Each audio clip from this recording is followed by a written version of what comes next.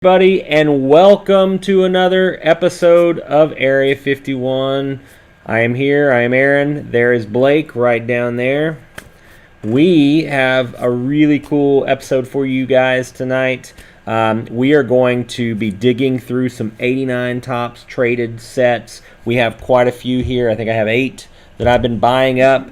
Hunting some those 89 traded I sets, know. man. I'm going to be raiding it for some junk wax gold, and I'm sure it's in there. And then we have a stack of Pokemon cards sitting here from a mutual friend of ours that it hasn't touched them in a long time. Basically, kind of an undiscovered binder. We found some things in the binder. We're now going to look at them on camera. Got a lot to get through. Really exciting stuff. But before we get into actually looking at all the cards, let's take a quick moment and catch up.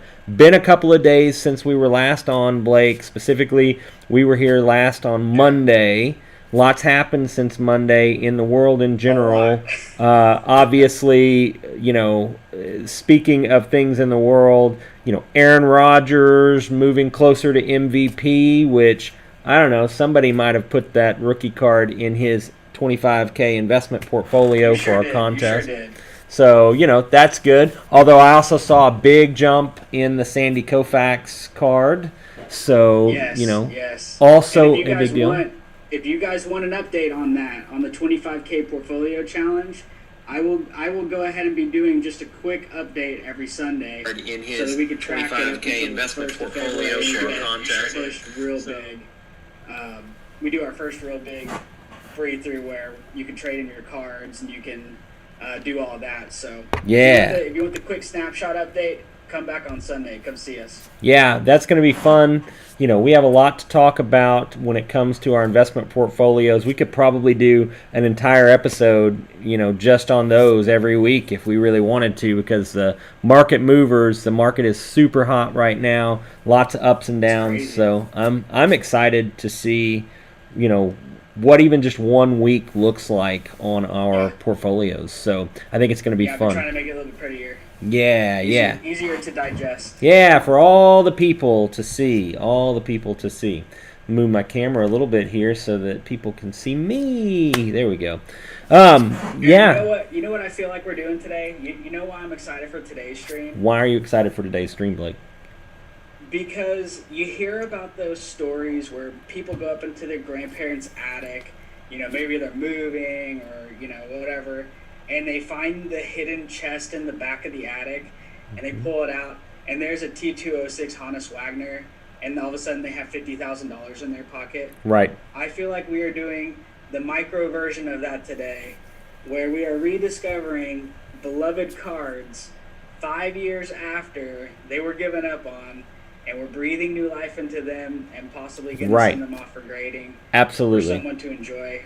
I like that. I'll be honest. Obviously, we don't have a $50,000 card sitting right here, I don't think. But it is the same feeling. I mean, I've done that a number of times. Everybody that knows me knows I've got stacks and stacks of collectibles in my storage unit that I haven't looked at in probably 10 years. I have an entire room in my house that might actually just be collectibles from many years ago from owning collectible stores. So I'm excited to look at what he has here. I know you've kind of searched the binder. We pulled out some things we think have some value. You're probably going to be able to take a look at some comps while we're doing it. I'm going to be looking with my keen eye for grading, and we're going to see if we can't find our friends some money and get some PSA out of it. Yep. Hey, TV and Fisington, good to see you guys. Thanks for joining us tonight. What's up, guys? Just a quick preview. If you have questions about grading, this is the stream to watch. We're going to get into it a little bit later, but we're going to go through exactly what Aaron and I look for when we're going to send cards off to get graded. And at this point, we've sent off several hundred cards. So we've had some good results. We've had some results that we wish we knew what we knew now. We wish we knew what we now know. Right. And could have made a better decision on what to send off. So this is definitely the stream for anyone curious on how to get cards graded. Well, and the other thing, Blake, that's worth mentioning is, I've done card grading for many, many years on a sense of gaming cards for actual, person-to-person sales, not on the, slab grading scale, but that's what I did for a living for a very long time. So I'm very used to looking for imperfections in cards, minute details, things that you wouldn't want to list in your store and sell to a customer and then them have to return it or you have to refund their money. A number of different things, which anybody that sells cards, whether it's sports cards or not, knows. So, it's something I've been looking forward to doing for the slab side of things, to just see how much of my eye can match up to what they look for with, slabbing cards. Specifically, in this case, we're talking PSA, because pretty much everything we're sending off right now is going through PSA. So with that, BGS fixes their. Yeah, BGS has a lot of hurdles to overcome before I'm willing to submit. I used to be BGS all the way. I'm just not there right now. I think the whole community is kind of like that. It seems to be that way. It seems like the BGS, PSA has equalized a lot. There used to be some big deals with, BGS being a 10, and that was kind of a better equalizer. And maybe that is still for some things, but as long as there is the idea looming that there could be fake slabs going around for high dollar cards, as long as BGS is not addressing the issue and they're kind of sweeping it under the rug, until there's some notable, idea of them having a handle on that, or whether they're going to change their casing or whatever they're going to do. With a fix for it, right? Right, exactly. Not that I'm going to find in one of these boxes a $20,000 card, and but I do have the Drew Brees rookie autos, the Peyton Manning rookie autos, that stuff that I still want to send in, and I'm not going to send it to BGS because I don't trust it for those high dollar cards. I'm going to send them to PSA regardless. But that said, I saw a funny meme today where somebody said, I believe they said, I can't wait for PSA to raise their prices to $100 a card so that they can sell all of their 10 crap cards for $90. And that was really funny to me. I looked at it and I said, that's not going to happen because there's too many other companies coming on the market for grading. Competition's a good thing. Competition is a good thing. It's going to be better for the grading market because it's going to force PSA to step up their times on grading. It's going to force PSA to start paying better attention, to what's going on in the market. They're going to have to keep their prices competitive. They're definitely going to have to open up some of their higher level memberships. Like, they're going to have to bring all that stuff back and get those times sped up in order to stay competitive. Here's the reason. I know there are some grading companies out there right now that you're just like, well, if I get it graded by them, it might increase the value like 5% if it gets a 10, whereas PSA might double the value, right? But there are some notable companies that are very reputable in gaming, like, for instance, NGC. That is who I go to for my coins. I get coins graded all the time. I've been doing it for years. NGC is kind of, in my opinion, the premier coin grader. Well, NGC is CGC, Comic Grading Services. Like, they've been doing that for a very long time. They have been the top, company in that side of collectible grading. Comic books. Are they expanding into sports? Well, yes, they just announced that they're starting a sports grading side. So they're already doing coins. They're the company for coins. They're the company for comic books. Like, they do action figures, collectibles, certifications. They do all of that already. And all they really needed to do was open up the sports card side, and they just announced that. So, bringing forward that aspect, that's real competition. It's going to take them a couple years, but yeah, I mean, sure. We'll see. But buyers at PSA may change how PSA does things. Their times are already starting to drop. That's good. So I don't know. We'll see what happens. Like we talked about Beckett, which is BGS. Yeah. And for those of you that don't know, we probably should add a little bit of context to that. Yeah. It has come out that BGS is now being heavily counterfeited, especially on the really high dollar card prices. I wouldn't say heavily, but we know that it is being counterfeited for sure. We know that it exists. Yeah. And Beckett knows that it exists. Yeah. And what the counterfeiters are doing is on a Beckett case, all it has is a serial number. It's very easy to, well, I wouldn't say easy, but someone with the technology could reprint the card and get it close enough, and then all you got to do is slap the serial number that you see on the internet onto that card, and it Right. looks like a legitimate BGS case. Right. And even if you go and you double check that serial number, it's going to come back as it was graded. Right. So it's difficult, and that's why people are steering towards PSA, because they have a couple more things on the case that help against counterfeiting. And Beckett has acknowledged that this is happening. Vaguely but they have acknowledged. not come up with a Vaguely There's acknowledged. no solution though. They vaguely Basically acknowledged asking people and to sweep it under the rug. yeah, they vaguely acknowledged the first major. I think it was a LeBron rookie that was the big deal and came to light, and they basically said we're aware, and if you have any issues, please contact us directly. That was what they basically said. So on a Twitter message, and then they have never responded publicly to anything about it, even though there's tons of places now that are finding the counterfeit slabs and pointing them out. And here's the thing, there are identifiers right now with those slabs. And Beckett, they interviewed one of the people from Beckett, excuse me, I don't remember which person it was, but they interviewed one of those people, and they said, yeah, we don't want to talk about it because we don't want to share the imperfections that are out there, because we don't want the counterfeiters to correct it and make legitimate counterfeits. And I just looked at that and I said, that's not the way you address that as a big company. You don't hide and say, oh, we don't want to point out the flaws so that our customers are safe. Instead, we want to hide the flaws. Customers, too bad for them. We want to protect what we have because we don't want to have to change what we have. That's what that implies. Right, exactly. They don't want to innovate. They don't want to put money into research and development. Right.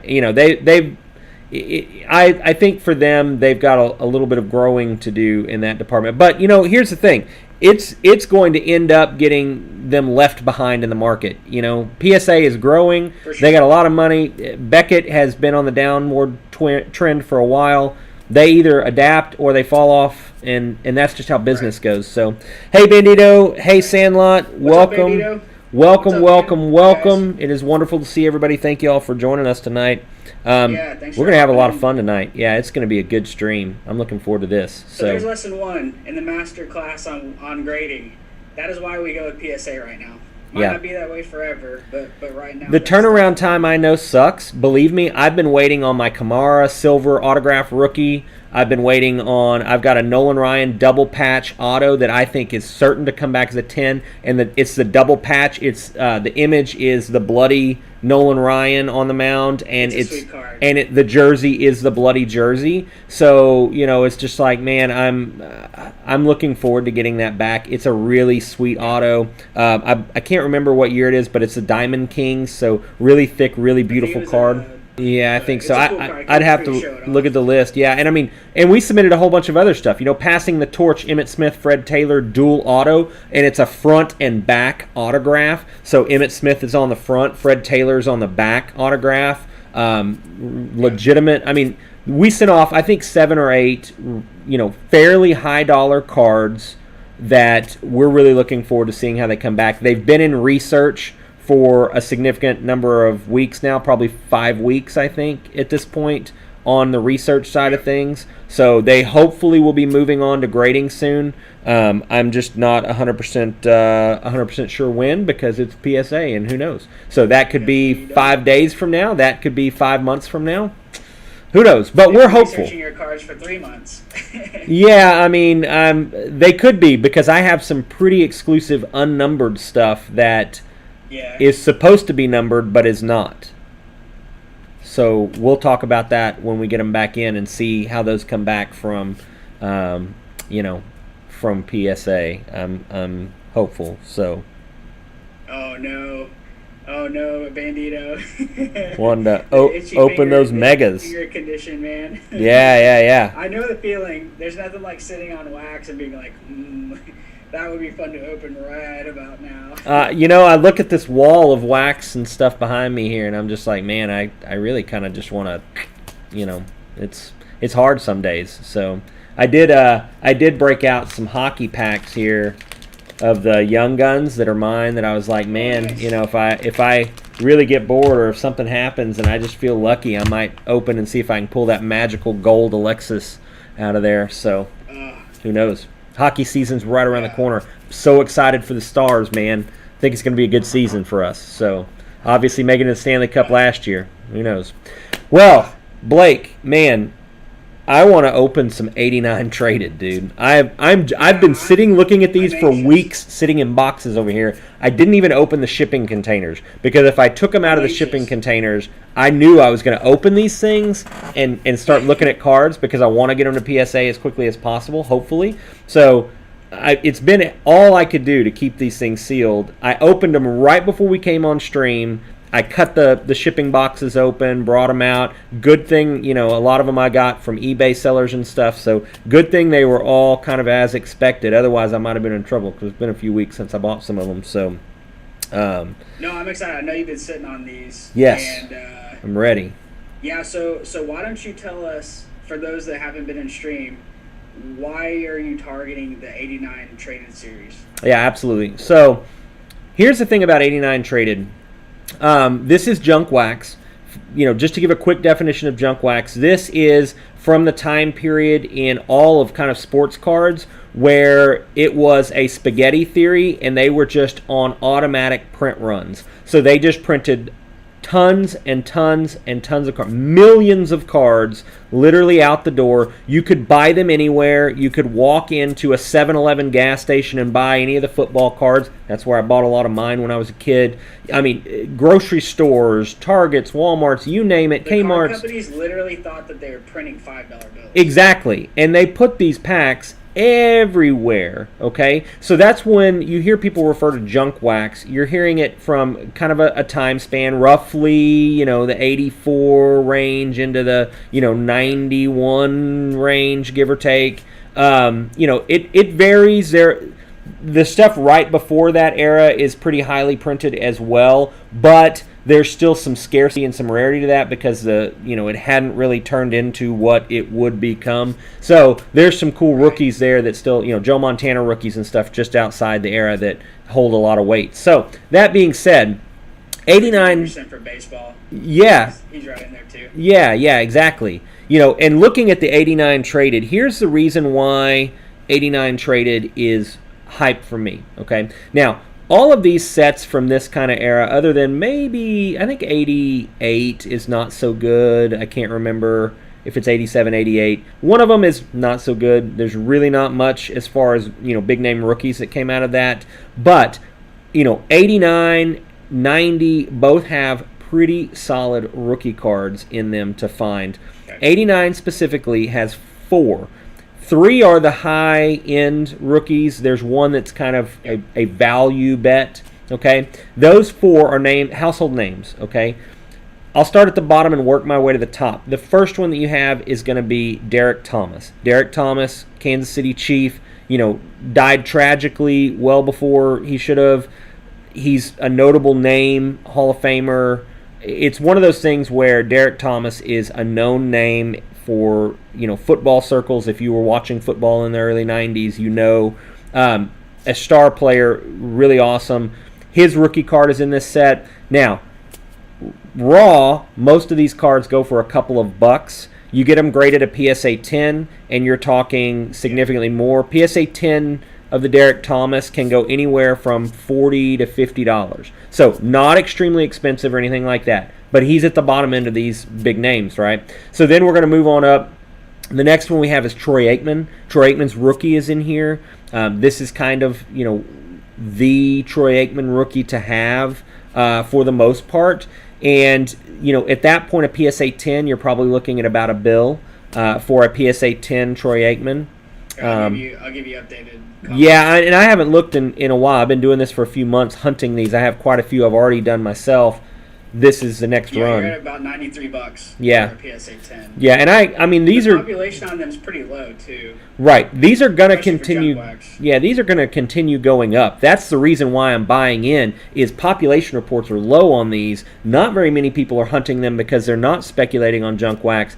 But junk wax is now a significant chunk of change in the past 31 years, give or take, what we're talking about with this 89 traded series. So with that being the case, it's not getting any younger, and they're not making any more of them. And there are a lot of these that sit in storage sheds that get damaged from water, tornadoes, hurricanes, people smoking in their home. Just a number of things that cause cards that are this old on this type of material that they're printed on to absorb. If this sits in a home that has smoking, the cards absorb the color just like, walls would. Any type of moisture, if they sit in a garage, if they're in an attic, they're heat sensitive, they're cold sensitive.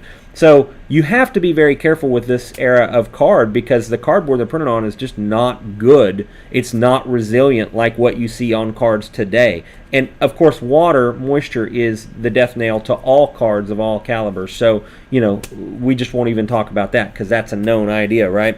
So, yeah, Sandlot, Derek Thomas is awesome. A personal favorite of mine, too. So, Derek Thomas, Troy Aikman, then we go up, and then we have two that are kind of rivals at the top. But I'm going to put Deion Sanders as the kind of the number 3 up the totem pole here. Deion Sanders' rookie card is in here. It's a really good shot of him looking up to receive a punt. So, it's actually a really good shot of him in the white Falcons jersey with the red helmets, which you don't really ever see anymore. His Deion Sanders rookie, I think those go at a PSA 10, somewhere between 100 to 140, somewhere in that range, give or take. Yeah, they peaked at 210 though. Yeah, exactly. Back in September. Right before the big football season when football cards are at their biggest. These are going to continue to go up though. They can't go down. They're only going to go up. Short of sports cards in general crashing, these are only going to go up from here. And then the last one is Barry Sanders. That is the most household name. Barry Sanders' rookie card is in here. It's the one of him sitting on the bench, looking backwards in the Lions jersey. It's a really kind of iconic card. You see it on a lot of different things that kind of talk about old, sports cards. You see that as one of them. We're skipping frames, man. Are we? Are we lagging, people? We're locked up on the stream. Well, that's not good. All right, well, let's try something different then. Real quick. We're going to pause for everybody.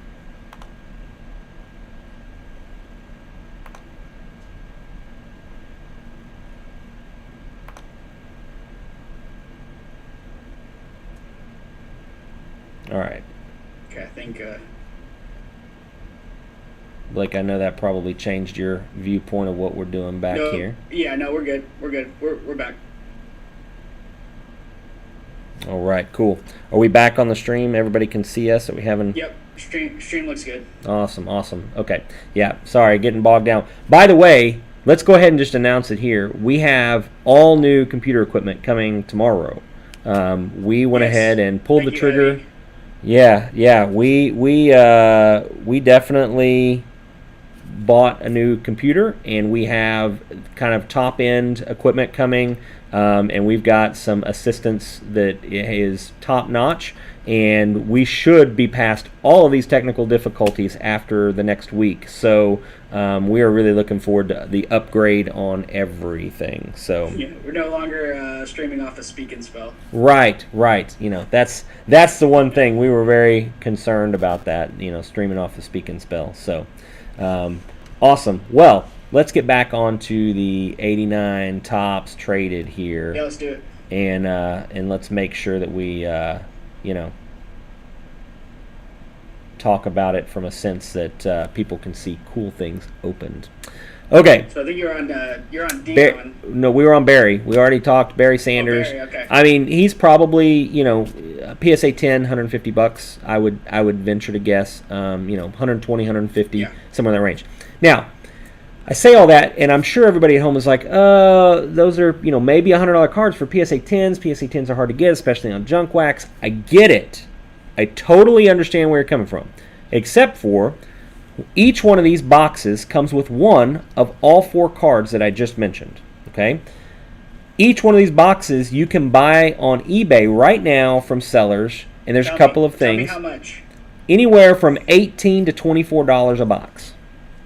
$24 for 4 cards that at a PSA 10 go over $100? Right. What a deal. So, in theory, you get a PSA 10 on all 4 of them you're looking at about $350 take home for what ends up being, after grading and everything, probably about a $100 investment. So triple your money. If you sell them on eBay after eBay fees, you're looking at bringing home, a couple $100 profit off of each box. Now, it's a little harder than that because they're not perfect. But PSA 9s, PSA 8s, I guarantee you 5 years from now, 10 years from now, these cards are going to be way more valuable than they are right now, especially if the sports card market bubble doesn't burst anytime soon. These are notable names. These are iconic names. Right. I definitely think that you can't lose with these cards. Even one of my friends has been investing in this and finding it pretty interesting to buy these. So I'm excited for seeing what happens with opening these 89 trading boxes. If you hit one good could-be gem mint card per what? 1, 2, 3 boxes? How many to break even? I mean, it depends on... like 2. Yeah, I mean, it depends on how many you're actually going to submit to get graded. At this point, I would only submit cards that you think will get 9s or 10s, and just hold the rest. Right? No reason to send those in right now and waste your money if you're trying to do quick flips for an investment side of things. But I will say this: I would say you're lucky to get a PSA 10 every 3, maybe 4. And the PSA 10 grading on this is a little lax because there's some printing defaults that they seem to just accept.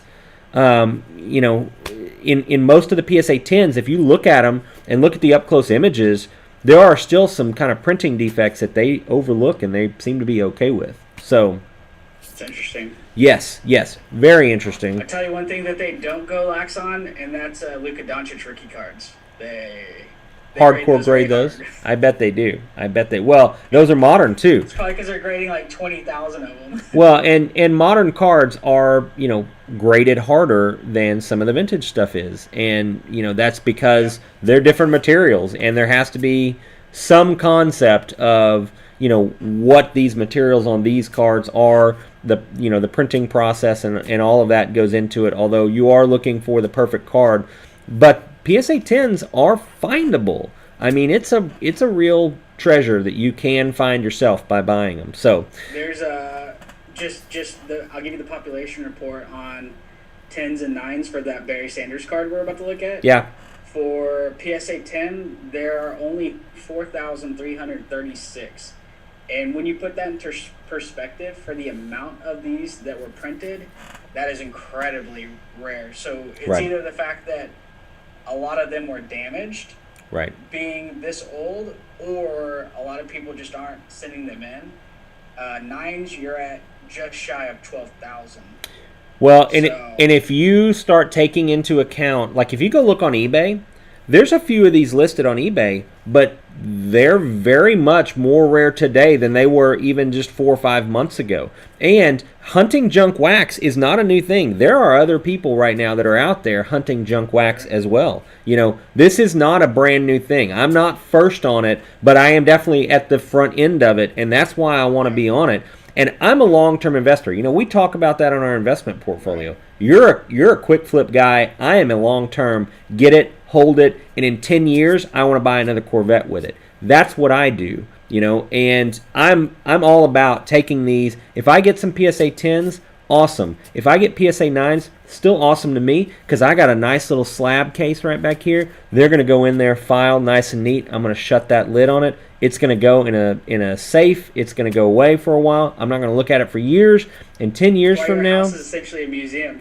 My house, the storage unit that I contract, I try to, all my super valuable stuff I don't even keep here. And there's some of it I haven't seen in a couple of years, safety deposit boxes. And I just keep thinking, man, one day I'll go look in there and hope that there's, treasure. And I'm like, you might find your T206 Honus Wagner. Yeah, maybe. I've definitely got coins and stuff that I would never keep in the house. And I definitely look at it and go, yeah, I know, that one day I'm going to go look at those coins and go, man, I did good, Yeah, you're like, man, I'm a smart guy. Well, in a lot of cases, I only need one to hit, right? You buy enough of it, you hedge your bets in this industry. You hedge your bets across cards. You don't need them all to hit. You just need one of them to hit, right? And then you look at it and you go, man, if 2 of them hit or 3 of them hit, dude, like that. And that's kind of the sports betting thing, right? Think about it from Vegas sports betting.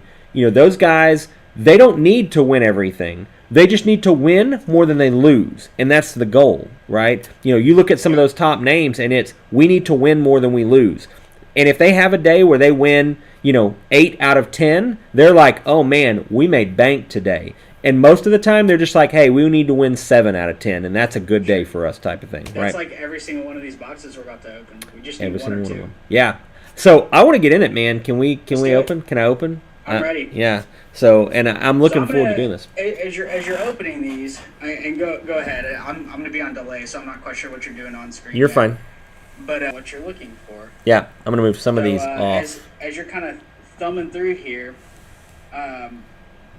when you get to that first card, just give us your immediate reaction on what you're thinking, and then we can kind of go into more detail, I guess, closer on screen. Okay. Yeah, absolutely. Sorry, I'm just adjusting a little bit here so that I can hold cards. Sorry, didn't mean to flash black gloves at everybody. I'm wearing my cool Dexter murder somebody in the room gloves today, so super excited. All right, I know Sandlot is here one day. Don't believe the suicide note. Do not. So here's the thing. I do want to talk about this. All right, so I've got these separated. So I moved 4 off the screen. Those came from 2 different sellers. Now, let's look at the boxes, okay? A lot of times when I get these in, I can tell from the box that there's some, how they've been kept. In this case, this is pretty good, but when you start turning it around, you can tell that there's, some stuff coming off the box. Down here, you can see that there's a lot of edge wear, on the edges and corners. And that tells me very much that this has been taken out of a case and probably shuffled around a few times, okay? Typically, if they sit in a case, they don't look quite like that. Same thing when I look at some of these others. I'm going to find another good one. Like this is a solid one. Oh, goodness, if I could just not knock over my camera here. That won't happen next week, I promise. There we go. Okay. So this one looks really good on the front, right? But you can tell there's kind of some corner wear here. Okay. A little bit of corner wear here. But overall, this one looks like it's been okay. And then you turn it over, and you see that there's a price tag on it. Well, that price tag means that somebody had this sitting on a shelf for sale at some point in time. So not fresh out of the case. Now, these 4 that I have sitting here, these are ones that I know because I've bought a couple from this seller before. If you look at these are really clean boxes on the outside. They look really nice. The bottom is clean. I know it's hard because I've got a light kind of shining on for the cards, but the bottom is super clean. Did you pay more for that seller that the boxes come in good condition, or are they just the same price as the rest? I did not. They were all kind of an average between $18 and $23. I bought these. I bought 2 from this guy before, and he had a bunch listed. And I went on, and he said they were all out of a case, and he had a picture of the case on there. So for me, I was like, okay, well, I know that he is definitely going to have probably quality stuff, or there's a better chance it's quality stuff. And if they say it's fresh out of the case, there's a lot less chance that they've already opened it and picked it, because that's the problem. A lot of people will go through it, pick it. If it's not tins, they pack it back up and ship it, right? Right. There's no sealer on it. There's no wrap. Right. These are not wrapped or anything. So you have to be careful. You have to look right here. If you look on the edge right here, you can see if they've opened this box, this is a little flap. The way that this tucks underneath here, if they've opened this box, these flaps bend right here, okay?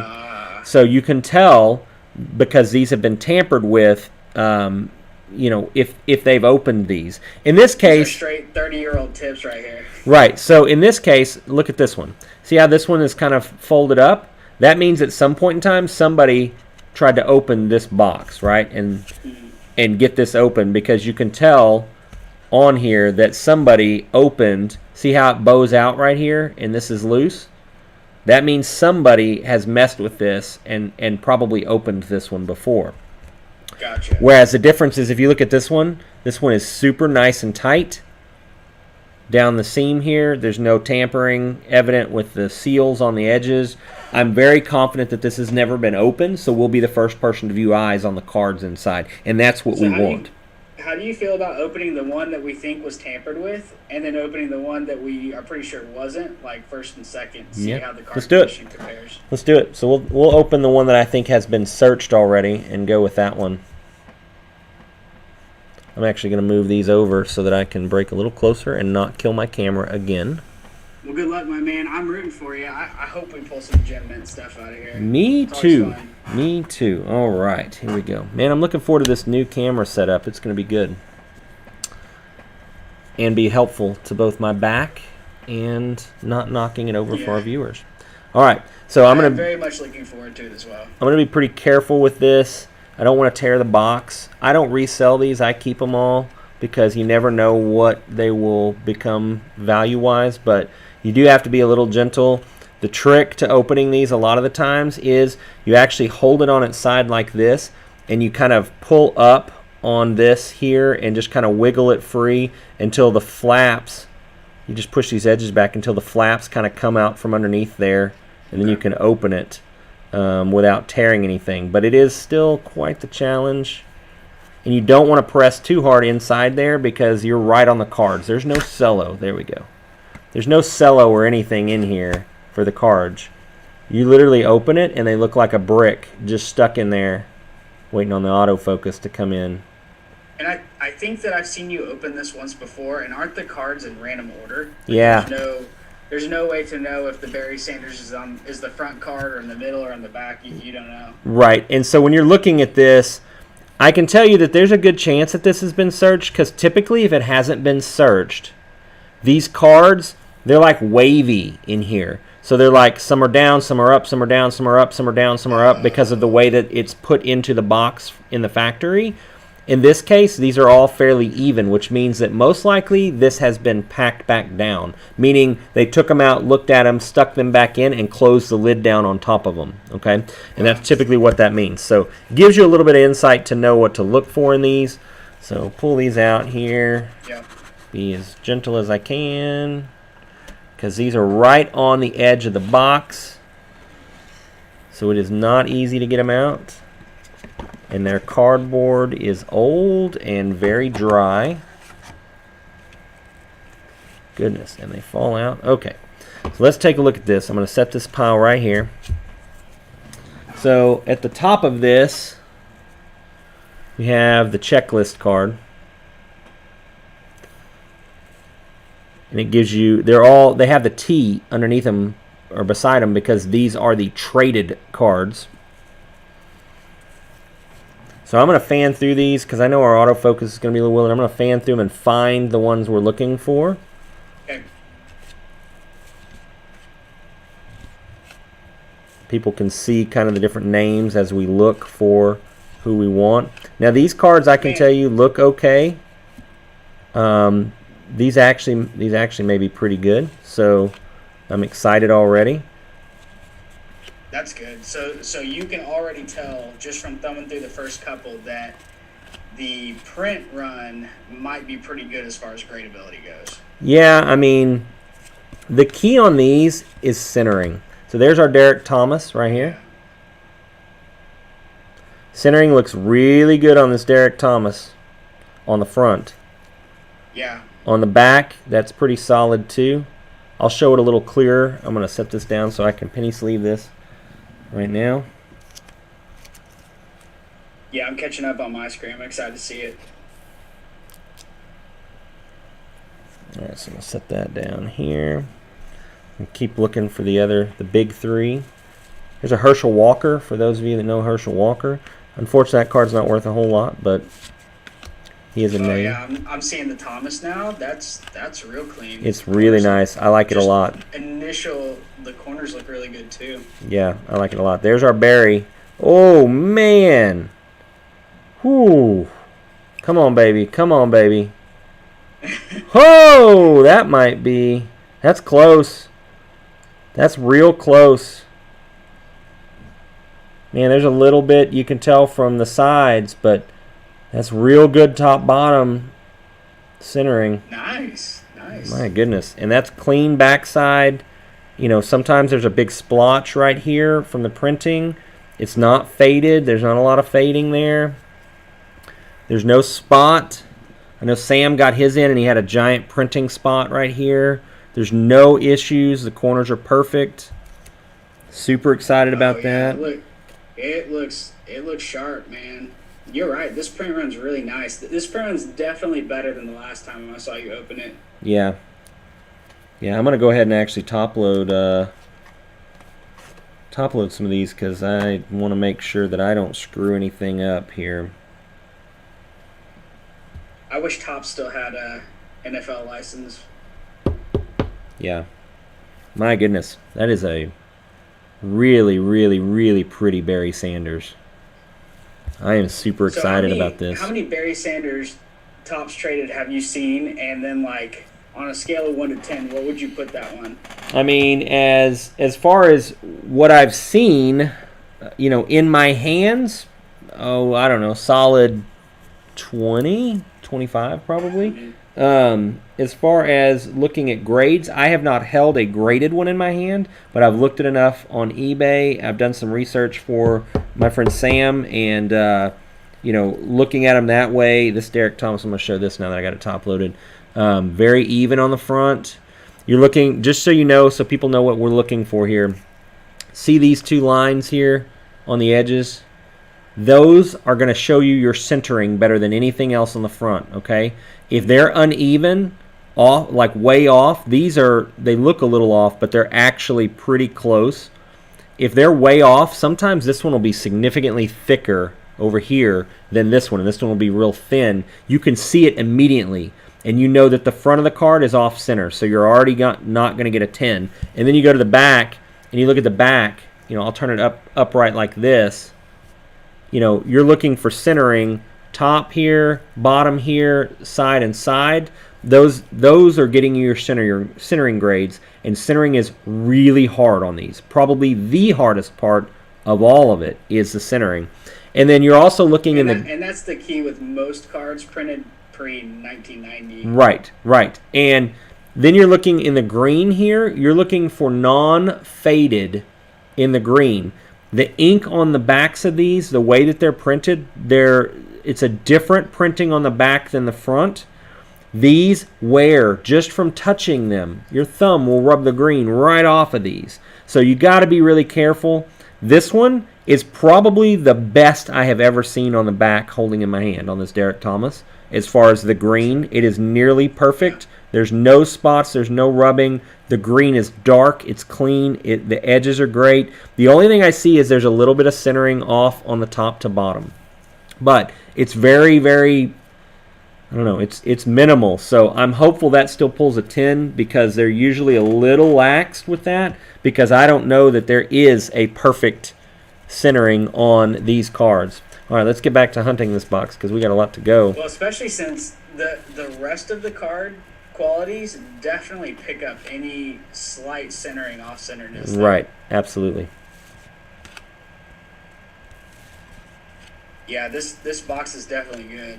I wonder what they were searching for then if they opened. Well, and I mean, there's a chance that they may have just opened the top and looked at them and then put them back. Like they may not have actually looked for grading. It could have been opened years ago. I mean, there's any number of things. So, sure. You know, that's definitely a possibility.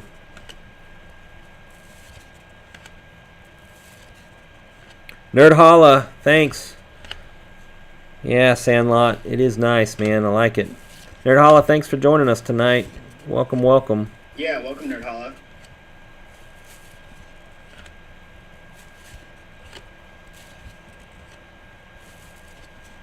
I'm showing all of them in the first one. In the second one, I probably won't. Okay, here we go. So we got Troy Aikman next. This one's going to be a good example. Okay. It's hard for you to see, but right here above my finger, you see that little line? It's very hard to see to the naked eye. It's probably even hard to see on the camera, but there's a little line right there coming from the T to the edge. That is a print defect that is on 99% of these Troy Aikmans, okay? Sometimes it's real bad. Sometimes it's finite and barely even seeable to the naked eye. So something to notice there, that's a print defect. The other thing is, this is a prime example. See how it's thick here and not thick here on the lines on the side? Oh, yeah. Mm-hmm.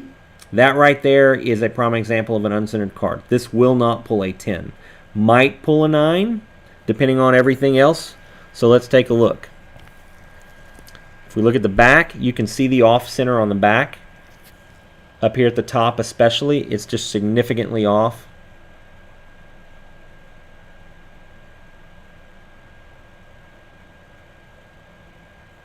Color looks really good on it. But the color's pretty good. It's not nearly as crisp as the Derek Thomas, but it's good. Now, this is a prime example. I'm going to go ahead and sleeve and top load this. This is a prime example, though. This is the same box.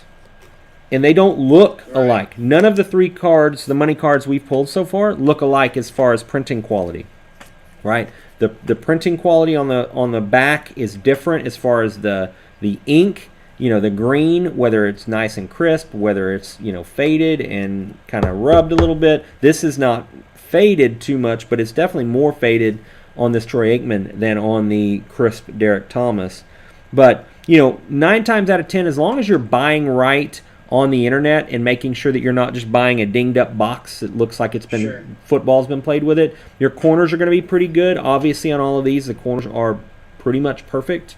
And then as far as the actual surface quality, you're on these, a lot of times you'll get a very chalky feel from touching them. That's part of the reason I make sure I wear the gloves. One, I don't like the way it makes my hands feel. It dries out your hands. The other thing is, the way this cardboard is, and at the age it is, it will pull the oil right off your fingers. So you want to try to take as much precaution. Yeah, you want to try to take as much precaution as you can when you're opening these. All right, we got one more hit to go to here. We're looking for the Deion Sanders rookie. There's Mike Webster. This is a good one, not for grading, but because this man was extremely old playing football. Look at his significantly gray hair. He was a coach. He coached, and then he decided he wanted to play, so they brought him back after being a coach to be a player. No joke. How old was he, you know? I think it says on here. Let's see. He was the Kansas City Chiefs offensive line coach in 1989, but decided, in February of 1989, but then decided on March 30th to return to the playing field. That's awesome. At the time of printing this, he had been to more Pro Bowls than any offensive lineman in history.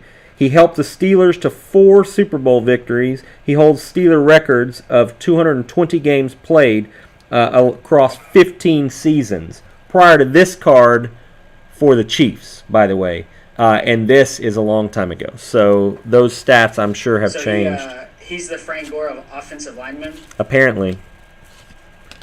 Rodney Pete Stoyanovich. Matt Millen. Man, probably one of the worst GMs in history, I think.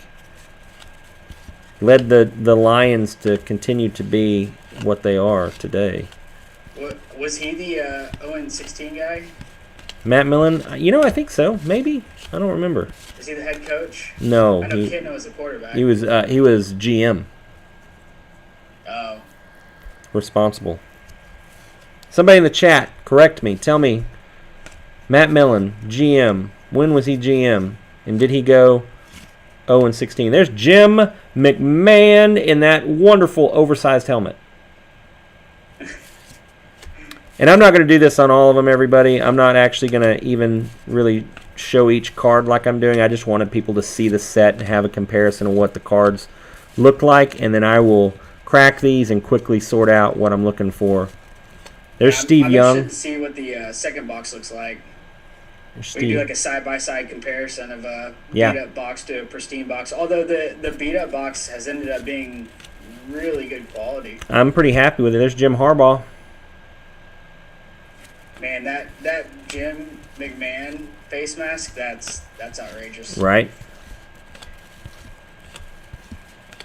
So this is Topps traded too. So this is rookies and team changers and stuff like that. All right, here we go.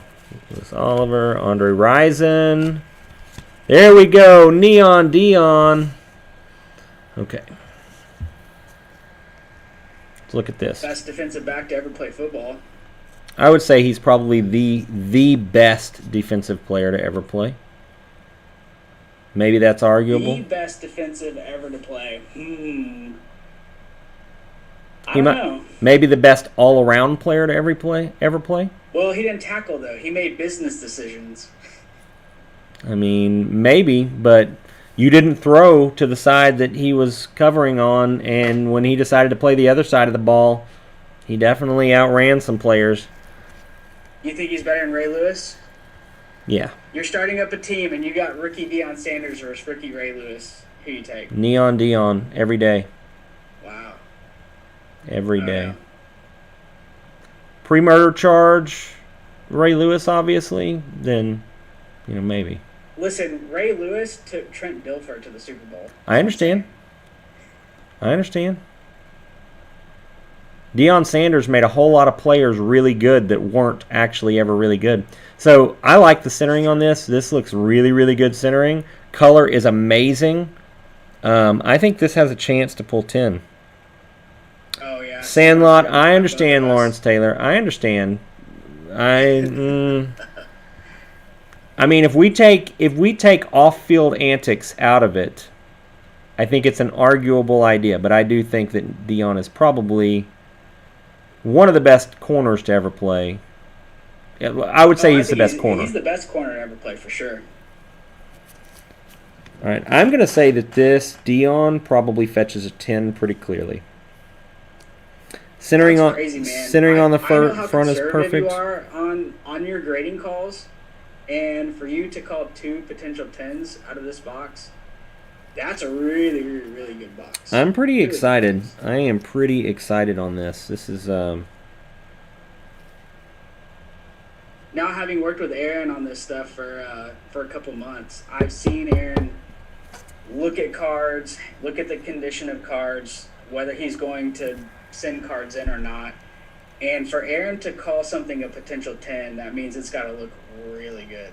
I tend to be more on the optimistic side. I definitely think he might be more on the skeptical side, but that For sure. is probably better for grading purposes. this Deion is probably the best one I've ever seen. I would say it's probably perfect. Hey, I guess to your point on Deion, he also played baseball, so that does weigh in. Man, so I found a flaw with my perfect Deion. There is a slight bump on the top corner. Not on the corner, sorry, just on the top edge. I don't even know if the camera will pick it up because it's so slight, but there is a tiny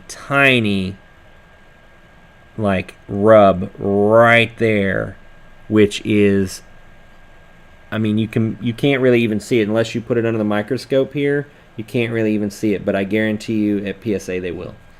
So that probably takes it to a 9, unfortunately. All right, so we pull the 4. Boom. There we go. Got all 4. As a whole, I think one of these gets a 10.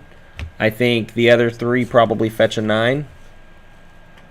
So now I'm going to pack these up. Yeah, I can't see the bump on the Deion. Yeah, it's hard. All right, we don't need to look through the last little bit of these because we got a lot to go through and we're limited on time that everybody's going to be able to stay up past their curfew and watch with us. So, all right, so I'm going to put these back in this box, okay? Very important. I like making sure they stay in the boxes. Yep. Try to be careful of those. So, do you have Hear any that drop? any plans on what you're gonna do with the rest of the set?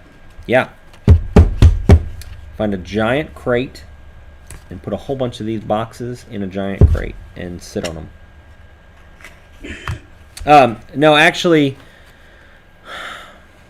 I thought about it, and I'm probably going to pull out the Herschel Walker and the Steve Young, maybe, Harbaugh and a couple of very select others out of here. Penny sleeve them, possibly top load them, but probably just penny sleeve them and stick them in a box. And the rest of these, I think bonfire season is right around the corner, so I need to make Oh one. no. No, I don't know if that's the case. None of the other players though are probably ever worth spending $20 to get it graded. So, all right, so let's do this one here. This is one of the nice ones, real clean. There's a little bit of wear here, but very little. It's probably rubbing from the case. Actually, let's do a better one. There's a couple of better ones. This one's pretty good. No issues on this one. Looks clean. Clean on the front. Clean on all sides. Very little rub. Bottom's clean. Let's crack it.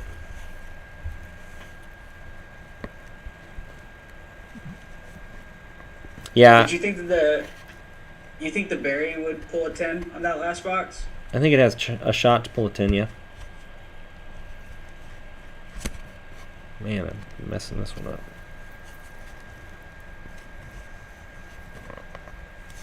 Well, I've already kind of messed this box up, so we're just going to go for it here. Save our viewers some time.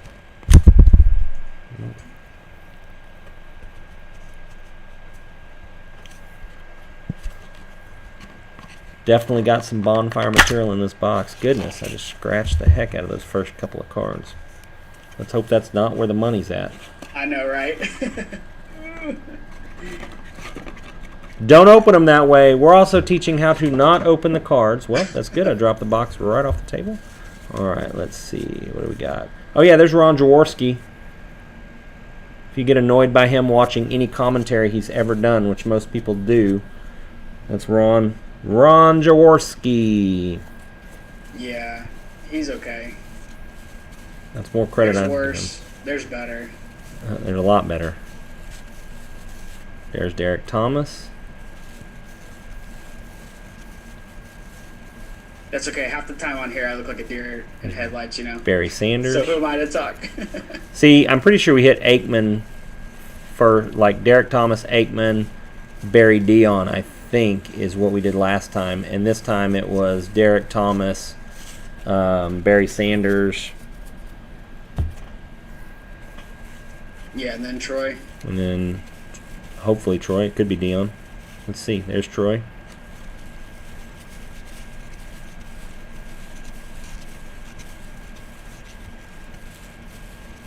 Old Matt Millen. Billy Joe Tolliver. There we go. Man, some old names in this. Eric Metcalf. I will say they're usually very close to where you find them in other boxes. They're typically not too far off because where they come down the printing slide. So I love this kind of iconic Steve Young card, though. I do really like that. So you know, you working for Donruss, tell us a little bit about the packaging process of this stuff. You know, it's very different today. That kind of thing. Yeah, I mean, it's very different. There's our Dion. I can already tell you Dion's going to be a 9 at best. Yeah, it's very different today than it was back when these cards were being packaged. You know, these cards were essentially being printed, cut, and you know, stuck into a little machine loader that popped them in these boxes and did 50 count cases. So a case of these boxes is 50 of them, okay? So with that being the case, you know, now there's some more hand sorting that goes into things like the memorabilia cards and the autograph stuff and things like that. Right, yeah. They've, to my knowledge, when I was working there, all those autographs and stickers and stuff were still all hand done. You know, there was a little group of ladies that kind of sat in a very secure room, and they would take those autographs and they would literally put them on the cards. Just one at a time. One at a time, putting them on the cards, you know. Same thing with the materials. We had what was called the materials room. You could literally, like, walk in that door, and it was 2 stories, nothing but jerseys hanging, all with tag labels to know what the player was, the game, etc. And they would literally go, yep, take this jersey off, let's cut it up because we're going to put it in the set. And they would cut those, you know, the patches and everything, and then they would put them in giant bags, literally in a giant bag, and they would just put a label on it of the player or whatever is cut up jersey, and then it would go to the factory, and the factory would actually mount the cards. And they had it to where, you know, the card is laid out, they put the jersey swatch on, the top card is mounted on it, and it goes on to the next. Now, obviously crazy. we're talking back, 2005 when I was there, so a lot of things could have changed, and I'm guessing they probably have changed. But when you're talking about the autographs and stuff like that, there's still, I'm sure, a lot of hand touching that goes into producing some of those products. The other cards, I'm sure, are printed in mass quantity and dumped, just like these, which is why you still get damaged stuff. All right, let's look at Dion first. She's on top. We're going to speed through this and kind of get a look so we can see some more. So definitely here, you can see centering is way off. Way, way, way off. So we're already down to a 9 on that. Looking at the back, centering on the back, way off. You can see by the white edges. I know it's hard with the light because of how white this is, but way off on the top compared to the bottom. You can see right there. Best this probably gets is a 9. Everything else looks good. Corners look good. No dings. Not much fading. We're still definitely going to, sleeve it here. I'm going to stick it over to the side. I'll top load those later. Was this out of one of the more pristine boxes or one Yes, of the more this is a pristine. white edge This is a boxes? pristine box. All right, so this Troy looks really good on centering. There's a little bit of a speck right here in printing. Can't see it on the camera. There's the print line that I showed you earlier. Still valid on the Troys up here underneath the T.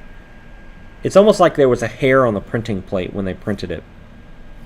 I'm pretty sure that's what it was, is there was a hair or something on the printing plate. I saw a Magic card the other day on the misprints, oddities, and rarities, and it had a fly that was printed into the card. No way. Yeah, the printing press... A Magic card? Yeah, the printing press stamped down and the fly was stuck in it, so it printed on the fly. And so the fly is actually a 3D element preserved on the card. Really awkward, really rare, but those do sell several $100s for a penny card. Well, sure, that's awesome. Yeah. All right, so the centering on the Troy is not bad on the back. Coloring is great. I see no visible flaws. Let me look up close here. Very clean white borders. Other than that print defect, everything looks wonderful.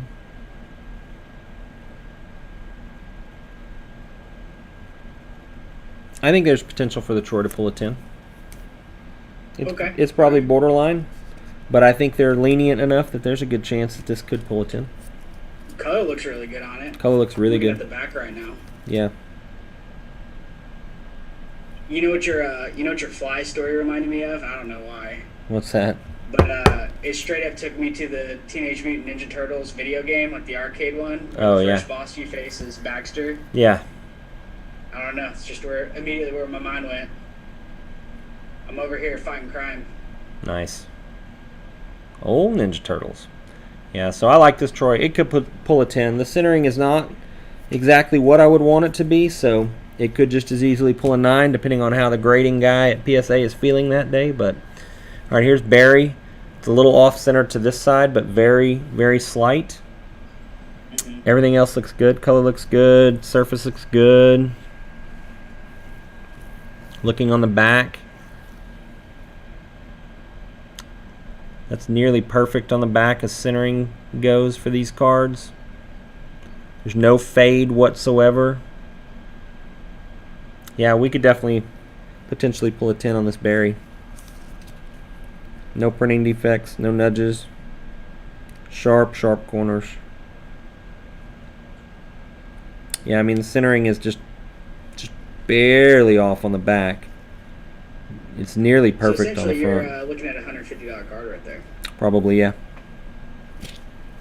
I mean, even if it's a 9, nines are going to pull $60 probably. So, on a Barry, and that's easily, positive on my investment because I'm not in this Barry card very much, and even with, sorry, I got to change something here. The penny sleeve had some plastic that got in on top of the Barry. I was loading up one of those Pokemon cards earlier today, and one of my penny sleeves had melted in the corner, and it wasn't fitting the card. I was like, oh, okay, need a new one. Yeah, I'm always super careful with these old cards too because they will ding up at the first chance they get. So I like to be very gentle. All right, Oh yeah, perfect. I mean it didn't do anything to the card. I tried to get a new penny sleeve. Right. So Barry looks really good on the front, really good on the back. Yeah, I like it. All right, so hey, so while we're talking Barry Sanders, Yeah. and you're running through the cards, give me your top 3 running backs of all time, because Barry Sanders is definitely in that conversation. You know, it's hard for me to put Barry Sanders in that. Sandlot, our bet was an 89 tops traded set, my friend. If Washington beats Tampa Bay, you owe me an 89 tops traded set. And if Tampa Bay beats Washington, I owe you an 89 tops traded set, which I will buy for you and most likely just have them ship it straight to you so that hopefully it is unpicked and you too could be a lottery winner. This Derek Thomas is really nice. I like this Derek Nice, Thomas, yeah. yeah. So there you go. I mean, that's the only thing I see is it's definitely off center here now that I'm looking better at the front, off center side to side. I'm looking at the front. I mean, obviously you got way better view than I do. Right. Looks decent though. Naked eye test says it's a little off. Yeah, Sandlot. Is there something that I should know? Did they just like break news that Alex Smith somehow magically Smith, walked across he's in a the walking boot again. Yeah, he walked across the street and both his legs broke or something? Like, what am I missing, man? All right, let's set that over here. I don't think the Derek Thomas has a chance to pull a 10. So there's our comparison of side by side. Let's do the quick run through. Yeah, let's do it. Okay, so we're looking at it here. This is our Barry.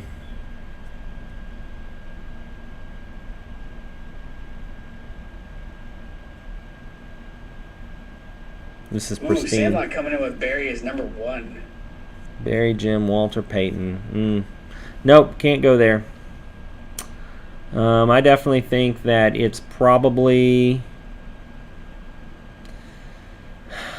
Sweetness, Jim Brown, and either Emmitt Smith or LT. I'm not sure which one I'd put as 3.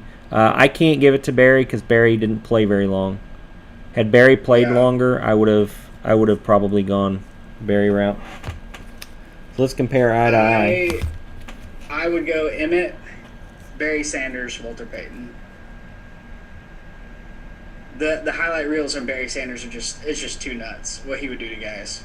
I don't disagree that Barry Sanders is one of the best running backs of all time, but I don't think that I can give it to him on that. If you watch the top 100, I mean, he's on there. He rates running backs as one of the top 100 best players of all time and talks about his career and stuff, you know. Yeah, I could show my ignorance of Jim Brown. I know Jim Brown just was a man amongst boys back in the 70s. Yeah, I agree. Sandlot, Dwayne Haskins is absolutely not making a comeback for this game. Man, I see something now that I'm holding these up side by side. Oh, yeah. They're opposite centering. Okay, look at these. Right, we're going to show them back up here, but this is the one that's good. Still in a top loader. Wait for my autofocus. There you go. Looks good. Here's the one that I just realized. Wait for it to autofocus. Hopefully here. Anytime now. There we go. You see it? Look at the 2. Catching up to you. There's a tiny purple dot printing defect on the 2 on his jersey on this one. On the 2 itself. Mm-hmm. Oh yeah, I see it. Dang. Yep, it's that finite. Dwayne Haskin doesn't play in the NFL anymore, Sandlot, so it can't happen, man. It cannot happen. Probably never will again. Right. All right, so here we go. Let's hunt one more. I know I got a lot, but let's do one more. We got some Pokemon to go through, so I don't want to delay too much. We're going to do another Pristine. I'm pumped about the Pokemon. I know there's probably people watching that are pumped about the Pokemon too, so. I like looking at the vintage stuff too, because it's not an easy grade on all this stuff. I mean, you got to think about it. These have been sitting in a cardboard box, probably some in climate control, probably some not. Right. And you're opening them up 30 years later, hoping to see a card in gem mint condition, and just to think that, you know, a lot of these cards made it that long without getting absolutely destroyed. It's right. Kind of crazy. And I'm sure many of them did get destroyed. I'm sure. Hey, Sandlot, just let me know after the game. You know, I can give you my address so you know where to ship it to. Hey, Sandlot, you should ask Aaron when the Prism review is coming, as I'm opening my blaster on stream.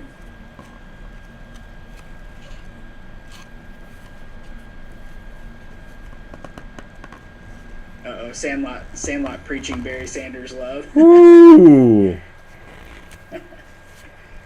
You make solid arguments, Sandlot. You know, you and I see eye to eye on many things. Man, I am going to trash this box too. That's how I know this one hasn't been opened, because it's really hard to get into. If they are locked up tight, that's how you know. You just need one of the two edges to come out. There we go. See? Got it. Have you ever opened one of these and the good cards aren't in there? No, not yet. eBay sellers probably don't want that. All right, can you see how the lines in there? That's what I mentioned on that very first one when I opened, and I said, see how it was flat in comparison? And then in this one, you open it up, and there's kind of the waves.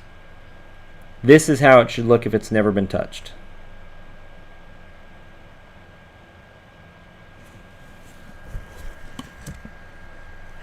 Oh, yeah.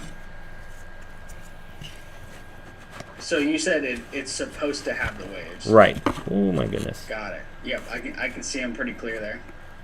The cards stick in this box pretty good, so you got to be careful with that. All right, here we go.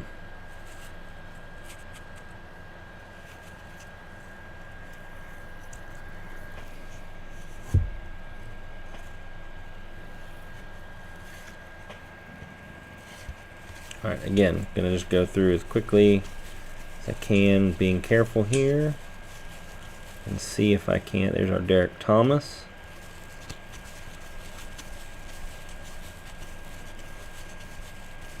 Barry Sanders. Barry Sanders already looks pretty darn good.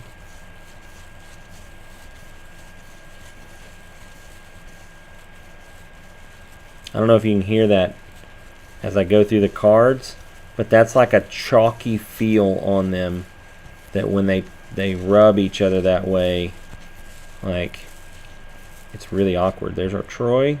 One more to go. Just looking for Neon Dion. I can't hear it, but I can literally feel it in my fingers from opening stuff like that. Right. That wax era. I can literally feel it. And see, we've hit all three of, the four majors right here at the beginning. So hopefully we hit a Dion pretty quick here. And Sandlot's asking, who is your favorite NFL player of all time? Drew Brees. Yeah, I knew. Well, I could have told you what yours was. If it's my personal favorite, I mean, if we're just going on my personal favorite, it's Drew Brees. Yeah. I mean, obviously that makes a lot of sense for you. I'm also a big John Elway fan, massive John Elway fan.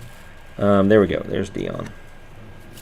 Dion is definitely going to be a 9. I can already tell you he's not 10 quality.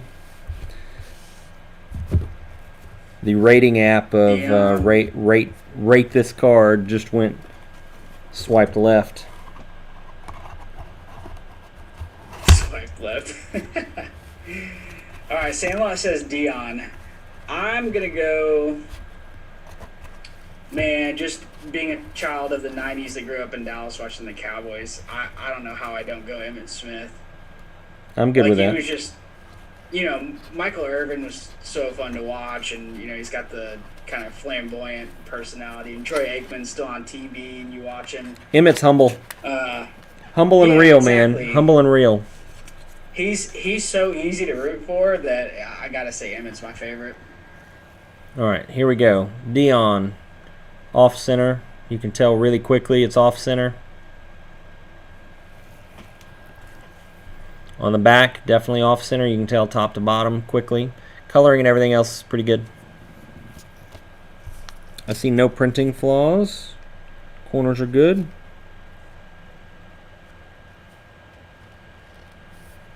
Probably a No 9. crazy purple dots. No crazy purple dots. All right, Troy, baby, come on. Hit me with something good. Let me look at this. Centering is off on the front noticeably, but not terribly. Centering is off on the back on both sides. Side to side, top to bottom, but it's not a lot, but it's going to be enough to make it a 9. No printing defects. Color looks good. Surface looks good, so probably pulls a 9. There's a reason why there were so many more 9s than 10s in this product. Sure. There's like 3 to 4 times as many 9s as 10s. Yeah. Let's do Derek first, and we'll do Barry. Derek Thomas, you can tell, definitely off here on the side in comparison. So not going to be centered on the front. Centering on the back is pretty good. In fact, I'd say that's really good centering on the back, but unfortunately not good on the front. Got to have them both. There's a little bit of fade here on the green, very little, but you can definitely see the fade, the white fade there.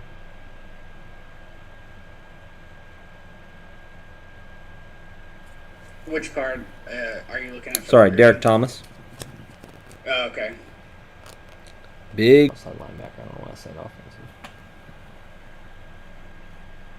It's offensive that he's not Sandlot's top favorite player of all time after hyping him up at the beginning of this. All right, there we go. Well, he didn't say that Lawrence Taylor was his favorite. He just said Lawrence Taylor was the best defensive player of all time. Well, but he was talking about how much he liked Derek Thomas.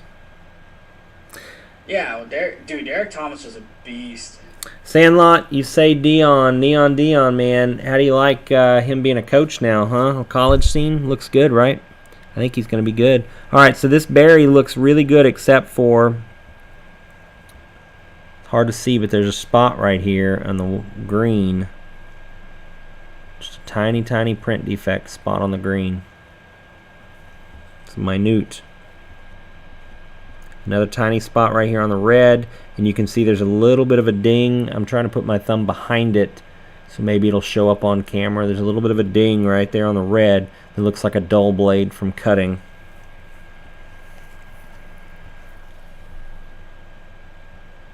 Yeah, it's kind of tough. Kind of tough to see. Yeah. Yeah, I mean, when you're talking about hard to see with the naked eye and then trying to put it on a camera, Right. until we get our setup, where I was about to say, maybe tomorrow we can see it. maybe tomorrow we can see it. Everybody at home can Yeah. see it. We got some legit camera stuff coming for everybody at home, so please do stay tuned with us because it gets a lot better from here. Can't wait. All right, so as a whole, I'll just run through it. I definitely think that we're probably looking at, I think I probably pulled 3 total 10s out of this. If I had to put my finger on it quickly, I would not necessarily be able to do that, but I would say this Derek Thomas is probably a 10. I would say that Dion is very close to a 10, and that Barry is probably very close to a 10. So out of the 12 cards that we've looked at, that's what, 3 or 4 possible 10s? How many? That's 3 that I think lean closer to a 10 than a 9. I think there are 3 of these that could be 10s but are probably 9s.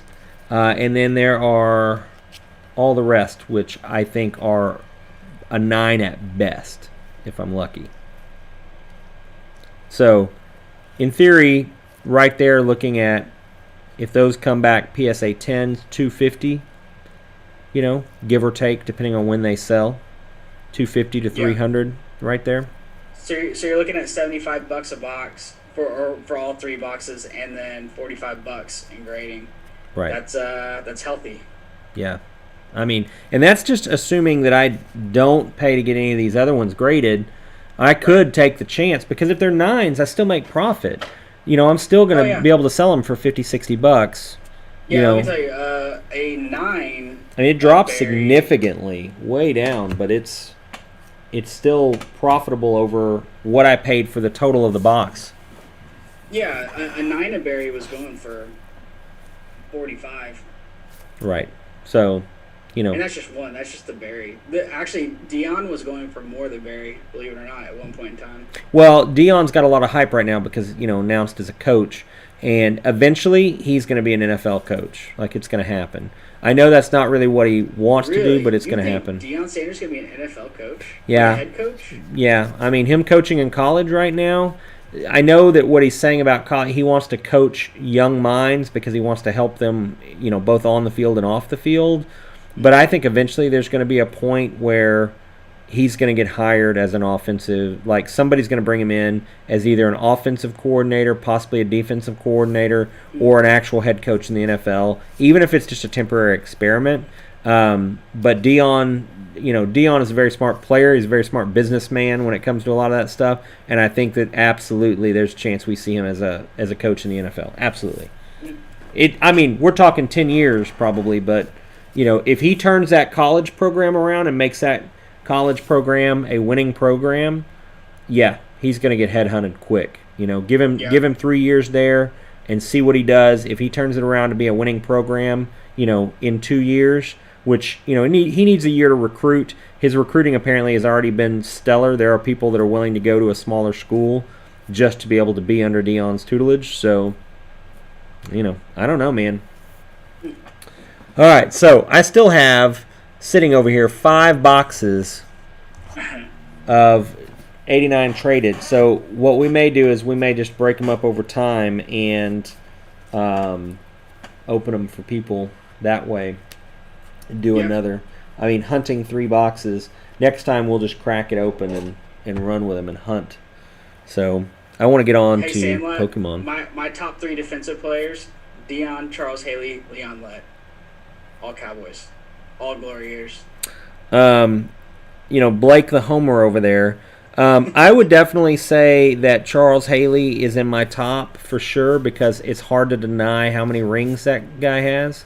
I also definitely agree that Dion is there. I like Reggie White. Reggie White is definitely in my top 5. Yeah, I like Reggie White too. But I don't know. Like, I also think Lawrence Taylor might be in if we're talking defensive player, Hey, what about Ed Reed? Does Ed Reed crack your top 10? I think Ed Reed is there. 9, 10 maybe. Maybe. It's hard, though. Who's the linebacker for the 85 Bears? The crazy linebacker. Was that Fridge was offensive, right? Offensive lineman? Was Fridge Perry the refrigerator? Was it Mike Singletary? Singletary was Bears, yeah. Now an NFL coach, yeah. Yeah, Ed Reed would find balls like. He's a ball hawk. Every time I watch the Ravens play. Absolutely a ball hawk. Like, just so natural. It's crazy. I'm doing a quick studio change around here while we change gears from sports and you guys debate players. I was right, yeah. You guys debate players that, aren't real players anymore. Listen, we're a student of the game, okay? And we know our history. I know my history, too, except for I forgot about Singletary. That got fired as a 49ers coach. Yeah, he was Boom! The coach, wasn't he? Pokemon! He was pretty good that year, too, wasn't he? Like, didn't he have 1 or 2 good years, and they fired him, and think he had one good year because he inherited a pretty good team, and then apparently he was a really tough SOB and nobody wanted to play for him. So Yeah. go figure. So I hear. Sounds like Patricia. Yeah, Patricia just wanted to be Belichick light, and he can't pull that off. So, that's the tough part of that. Yeah. Plus All it's right. the Lions. Yeah. Well, if the Browns can change their culture, the Lions can definitely change their culture. Oh, I see a Pokeball. Pokemon. Switch gears. All right, everybody. Hold on. I'm gonna do a little lint rolling here because we got the old pixie dust from cardboard. We can't call that prism dust. Nope. Man, I tell you what, I get so tired of all this dust everywhere because if you don't clean it up and you don't lint roll it, it ends up in all of your top loaders and all of your penny sleeves.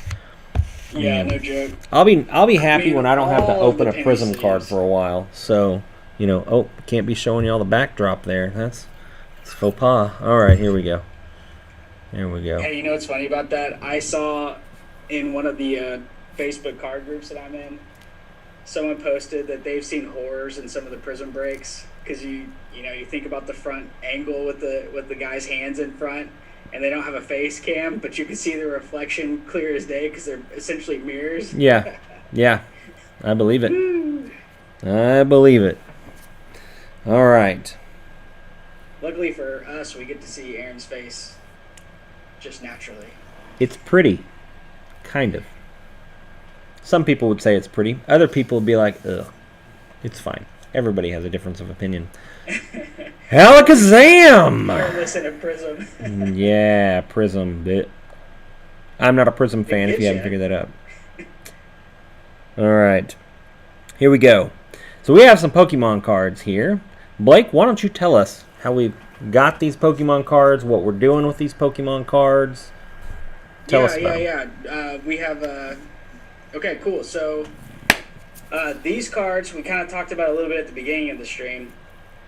I have a good buddy who played Pokemon, the actual card game, pretty heavy back in 2015, 2016. So all these cards are going to be from the releases in that time zone. And he hasn't touched them in several years.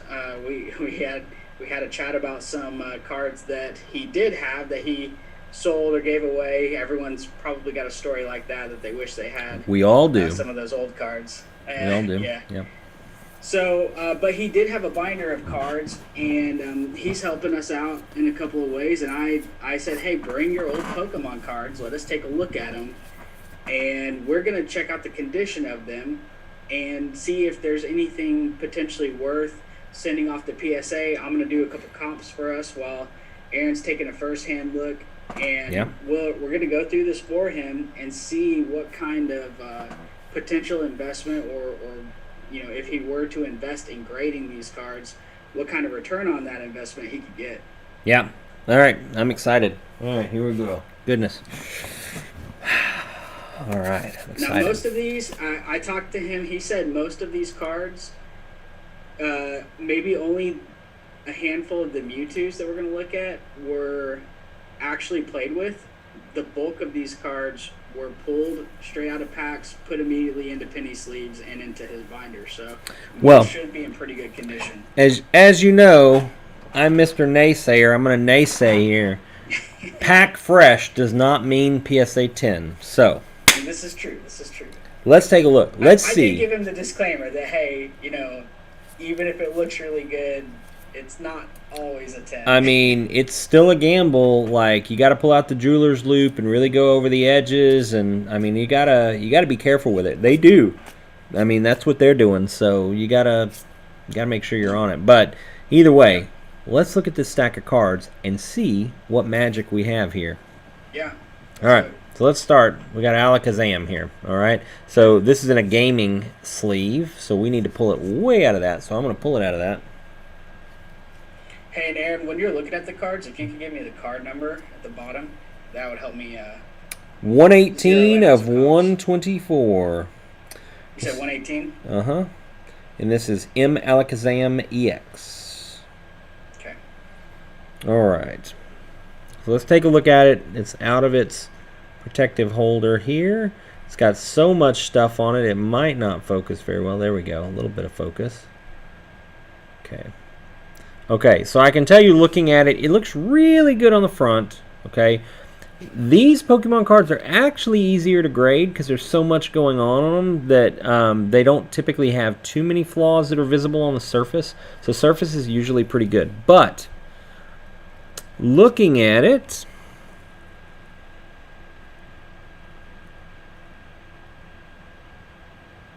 I don't see any flaws. No dings on the corners. Everything looks pretty good. Let's look at the back. This is where they'll get you real quick. And this is where it's going to get us on this one. Okay. So, first things first, I'm going to hold the black glove behind it. See the white on the edge there? That is going to tell you right there that you've got some edge wear. Same thing up here. See right here underneath. So it shows up. And then you're going to have a little bit of edge wear on the corner over here. Just a little bit. It's not too bad.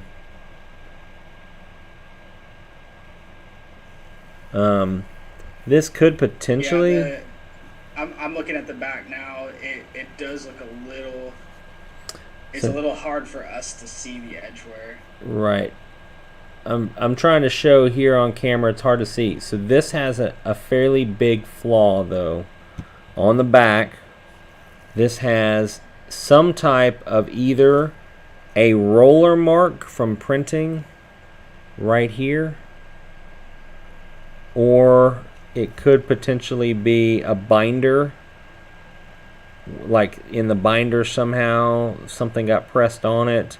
But it looks like a roller mark, almost like a scratch. You probably can't see it on camera, but it's very visible in the light. It runs all the way down from the top of the card here, all the way down to like right here in a catty corner motion. So I would say that this is probably at best a 7. Okay. Maybe not even, depending on how bad they rank that flaw on the back. But this might be at best a 7. Okay.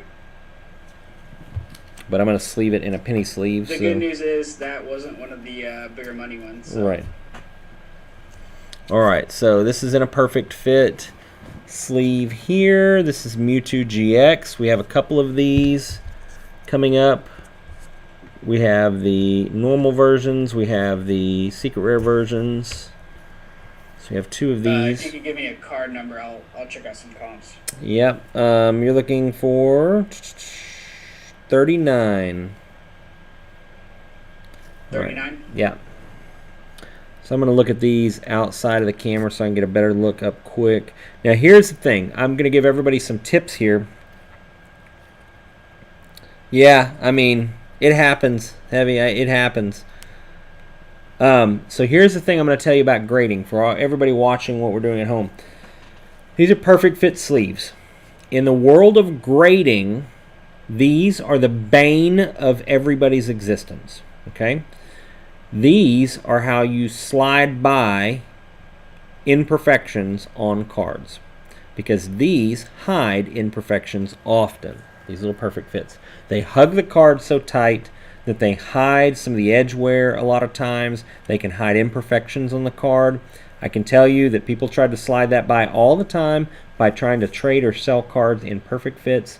So the first thing you always do is take this perfect fit out if you're talking about grading a card and make its way to the trash can immediately. Do not and you're also mess talking with those. about don't buy a card off eBay if they're taking a picture of it in a perfect fit. Or at least take that into consideration. Absolutely. Just know that you may not get what you pay for if it's in the perfect fit. Alright, so I'm looking at the Mewtwo here. This Mewtwo is really, really nice.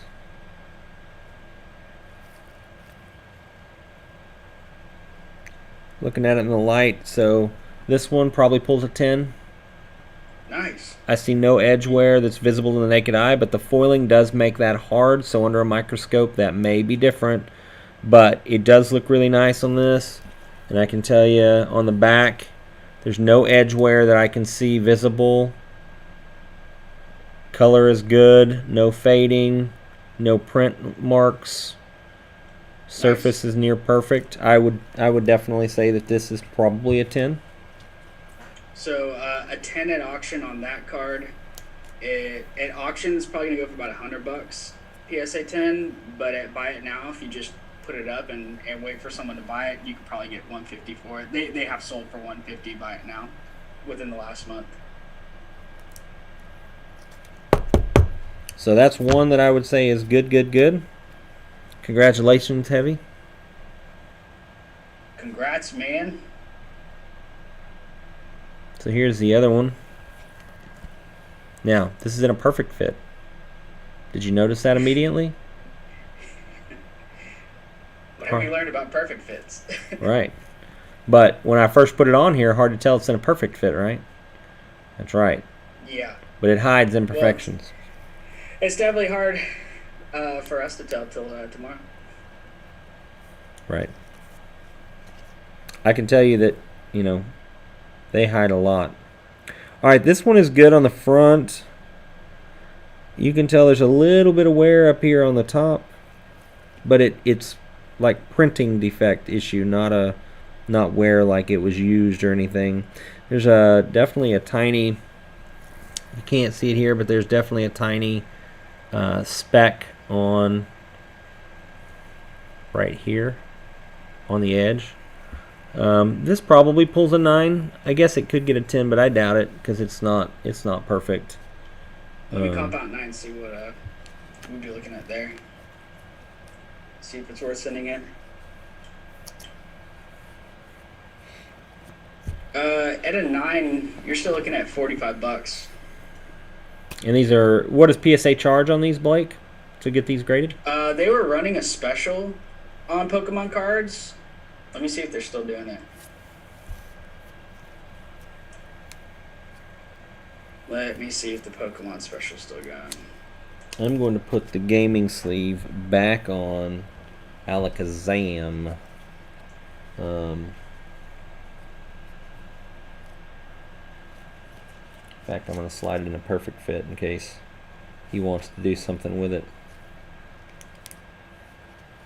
The perfect fit hides the imperfection on the Alakazam. Yeah, they're not running the. They're not. Oh, $10. It's only $10 a card, as long as we send in 20. That's not bad. No. We can definitely hit that. To me, I would send in something that I even think is going to get a 9. All right. So what I'm doing is I'm penny sleeving the potential 9s for him and top loading the what I think probably gets a 10. Now let's look at these. These are Mewtwo fan favorite character, one of my personal favorites too. So these are probably going to be a little bit better. I'm going to give you the numbers off of these. Man, these are pretty cards. Love these. Love these. So the number on this card is going to be 72. Mewtwo GX. Is that a GX as well? Indeed. Same one, just the next level up on rarity. Nice. Perfect fits don't want to come off these because they're textured cards. For everybody at home that doesn't know, these are textured cards. They actually have texture on the card that you can feel if it's not in a sleeve. If it is in a sleeve, you can't feel it. And they make perfect fits. Obviously, these cards, when they were put into these, no one was even thinking about grading cards back then. Well, they weren't thinking about grading these cards back then, for sure. Right. All right.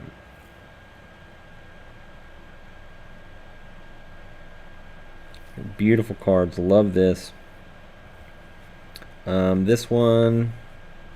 I can't wait till you get to the incubation. You too. See what you think. Looks like that one's next up, man, and that one's a legit card.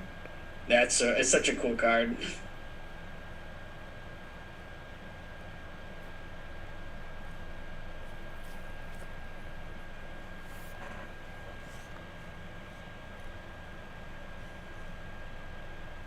This one looks good. It has a small speck over here on the side in the blue, but it's very, very minor. This is probably a 9.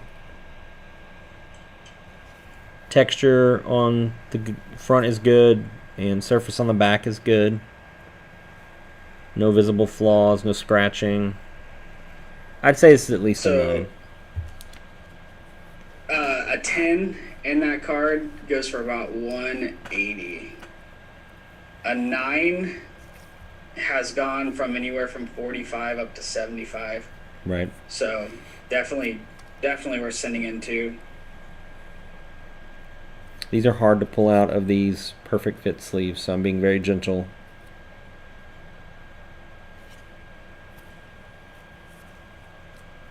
And disposing of perfect fits. I'm putting them right over here, Adam, if you want them back. Get them back to you.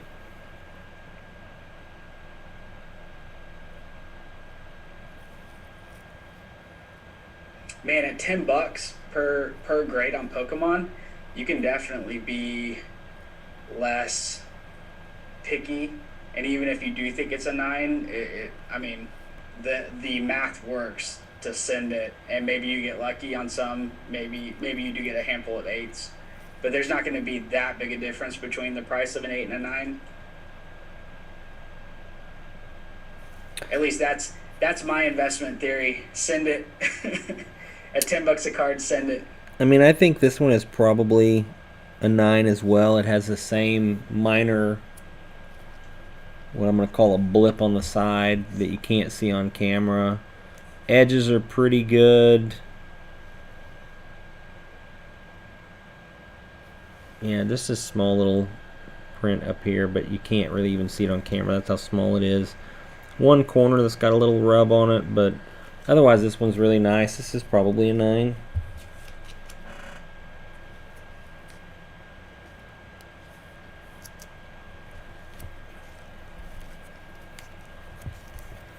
Alright, do another one.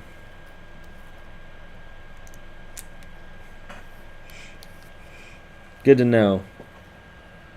Alright, looking at this last one of these Mewtwo GXs. Front looks good, no scratches. This has a tiny little nick at the top, but it's minimal. No edge wear, but the centering is not very good on this one. And it has a scratch across the back on this edge. Just a tiny one. So I would say this is probably at best an 8. Yeah, that might be one we don't send. Right. Is that the fourth? Is that the fourth one of that card? It's the third one of this one. There's only Okay. 3 of this one.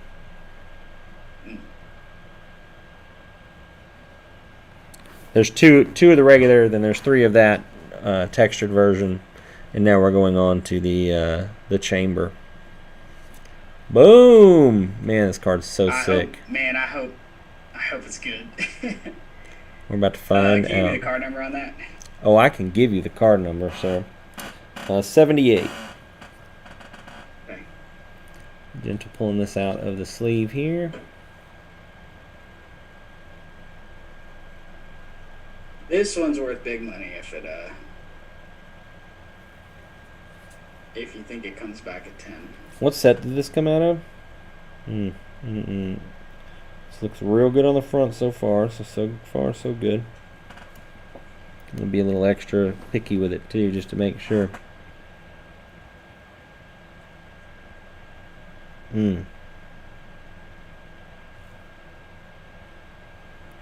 Centering on the front is off just a little bit.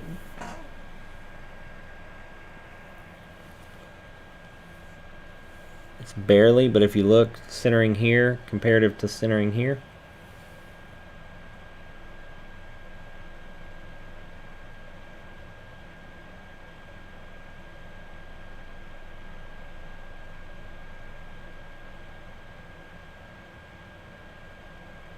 Now I'm gonna look at the back.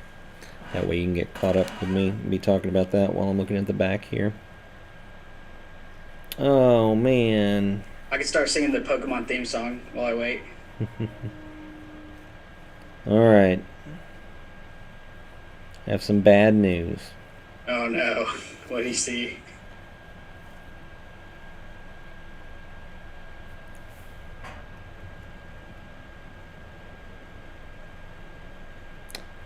tiny little mark right here, but on this, I'm going to see if it'll show up on the camera.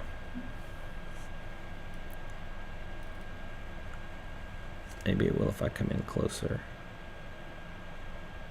No, it's not going to show up. Alright, it's hard to tell. You can almost see it right here at the top. It's like the card sleeve stuck to the back of the card and then rubbed ink off of it down an entire line right here. So top and bottom you can see it's almost like color has been pulled off the card. It's not terrible. What do these go for in different grades, Blake? All right, so I'll give you the 10 goes for $500. The 9 goes for $175 to $250. The 8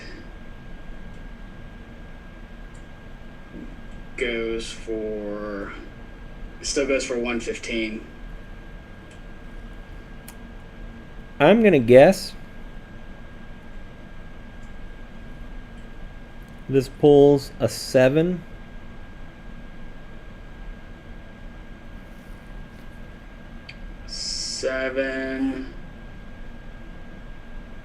I don't see any 7s. What does it go for raw? Raw.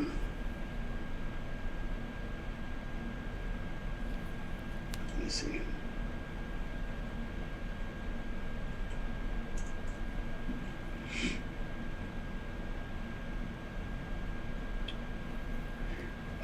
Raw, it went for 147.78. Wait, 147 or 147.75? Yeah, 147. 47 was an auction, so keep that in mind. The others were fixed prices. So 100 fixed priced, 47 at auction, 78 fixed price, 75 fixed price, 97. Oh, but that one was a 9.5 by KSA. I never heard of them. 125. Those are all recent raw. solds? That 125 was from January 6th, so yesterday. This card sells a lot. Yeah, it's a really iconic card. Yeah. Yeah, I mean, I would say it's worth sitting in and getting slabbed. Okay. I mean, or selling it raw. Either one could probably be fine. I would almost buy this card from you, Adam. Like, legit, if I could figure out a deal with you, I'd probably buy it depending on what price you wanted. And I'd probably get it slabbed and put it in my personal collection. Literally put it in a graded box and stick it away for however long. Like, not even really care what grade it comes back as, just because, you know, Mewtwo is probably my favorite character, and this is a sweet, sweet, sweet card. I've never actually held one of these in my hand. First time I've actually held one of these. I mean, I get it. Awesome. It's a big card. It's not like a grandiose card, but now I'm actually looking at it.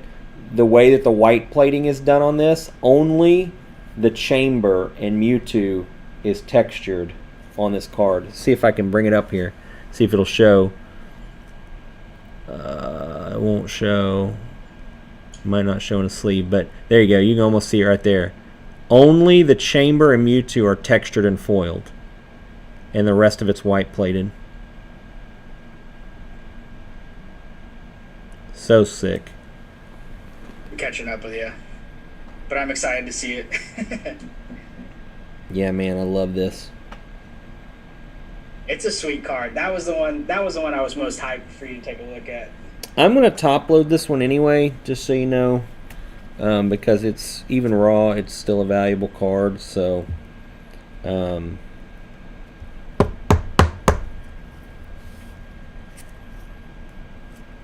probably only a handful of Pokemon cards, you know, that go for over $100 raw. So these are the M Mewtwo's. Here are the other Mewtwo EXs. I hope I know what these are because I have probably 10 of these each sitting upstairs in 5 different decks. So Okay. You said Mewtwo EX, right? we can do the Mewtwo EX number 158. Let's do that playset first. 158. I don't know if y'all can see it, but there's a fire dragon sitting here looking at me from, I'm guessing, Evolutions. Yeah, there's a fire dragon in there. I think that's the Evolutions fire dragon.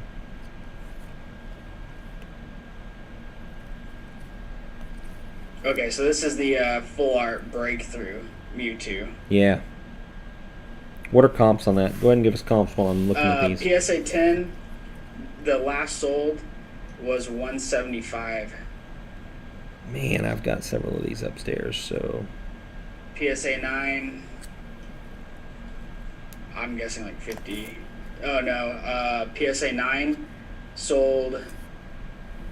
There's not very many PSA 9s on the market, so this pricing is old, but that also speaks to the value of the card. I think you could get 95 for it. Last sold price was 95 bucks. I'm not going to show this one that I just did, the first one. It's definitely not worth sending in to get graded. It's probably. I think that he 5. said that this was A the played set one? that he played with. Yeah, I'd guess so. I mean, it was a playable card. Iconic character, playable card. Mm-hmm. Let's see. So yeah, 9 going for 95, 10 going for like 175. Yeah, he in chat he said those were all played with, so he doesn't have high hopes on them. Yeah, I mean, you never know. You never know.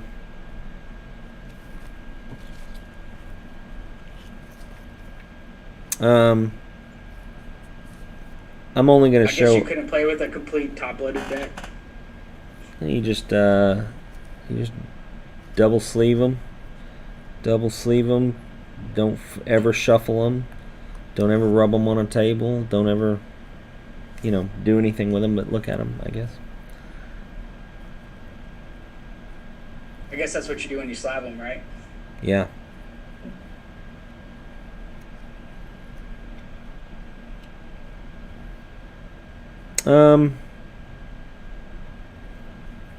This one might bring an 8. Let me look up 8. What is 8? Let us find out.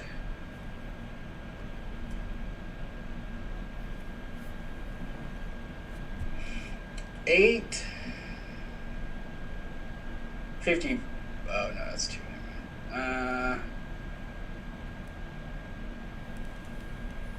Boy, there just aren't that many of these. 8 went at auction. Oh no, that's a different rare. These Mewtwo's.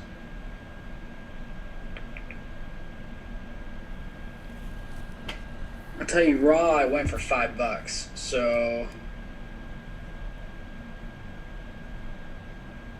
Might be worth getting this graded.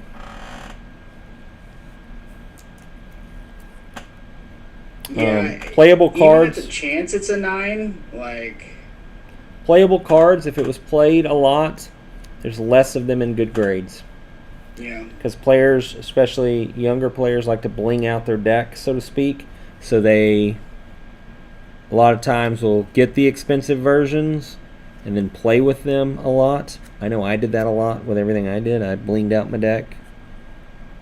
You did have them double sleeved. Yep. I can tell because I'm trying to get these perfect fits off of them, and I tell you what, man. Textured cards and perfect fits, not a good combination. Not when you're talking about grading. Great combination if you're talking about protecting them when you're playing with them. There we go. Trying to be as gentle as I can. Yeah, if you think anything could pull a 9 at a $10 price point, I would send it. $10 grading price point, I should say. This one's good. It's got a print line across the back. And I have yet to understand how they grade print lines. You know, obviously they take off for them, but I don't know how much, if that's a surface ding or whatever. This one, all right, I'll show this one. This one's really good. There's edge wear down here at the bottom, which you can't really see. But there's edge wear that you can tell from the front on the foiling. Right about where my thumb is, just above it. And then on the back, though, it's really pretty. There's a little bit of rub on this side, very little.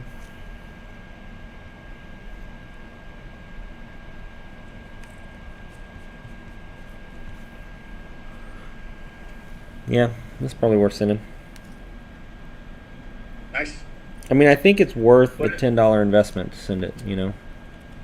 I do too. I mean, that's my motto right there. How many graded cards are we up to? We are at one that I think will pull a 10, and then, you know, depending on if he wants to send this one, which is the chamber one, you know, I would recommend, we're at 5 other ones, so 6, 7 if you do the chamber. Nice. I think slabbing the Mewtwo's a better character, has long-term value. Definitely more popular. What is look up the Mew League Challenge. And yeah, so I looked this one up. This is a big money one too. Yeah, let's do I looked that. it up earlier. Let's do that. Because it's second place too. What's the card number on that? Card number is 53. This is important because I have probably a stack of these sitting upstairs. What's it called? Mew League Challenge? It is the Mew. It's the basic Mew. It is League Challenge, second place. So, yeah, this is a big money one. Goodness.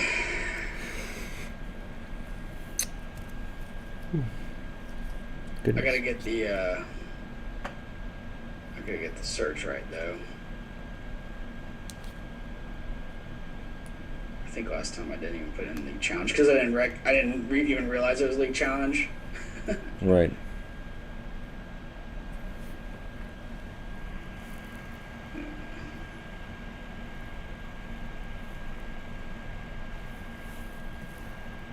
And this is the holograph version. This is hollow. I think that's how I found it. I don't know if you can see the back. Right here. And a lot of edge wear right here, and then you can't see it, but something scuffed the back right here. Okay, so Otherwise, it's pretty good. The Pokemon Evolution's 4th place league PSA 10 sold December 27th, so about 10 days ago. Yeah. For $580. For a PSA 10 4th place? For a PSA 10 4th place. Yes. It's nutty. I think there's a 1st place somewhere in here too. See if I can find it. Okay, here it is. This one sold November 15th. Mew Hollow, 53 out of 108. Pokemon Evolution's 1st place PK League PSA 10 went for $700. So this one pulls a 7, I would imagine. 7? Mm-hmm. Both of them are just that's the first I haven't one? looked at the other one. It's just the first one. Okay. That one was in a perfect fit. The one that's going to pull a 7. The other one is not in a perfect fit, so let's have higher hopes. Oh yeah, that one wasn't in any sleeve. I put it in a sleeve. Ugh. Yeah, I can already tell.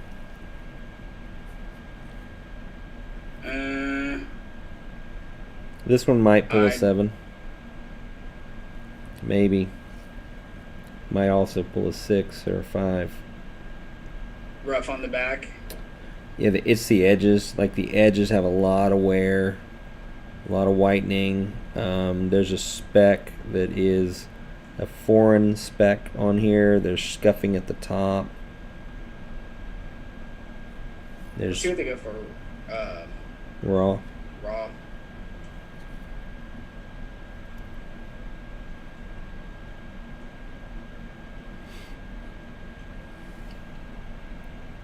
Yeah, I could see sending the other one in, not this one. This one's probably not worth sending in unless they're just fetching huge numbers in low. No, grade there's numbers. not very many. Like a 7 doesn't even pull up a PSA 7. Right.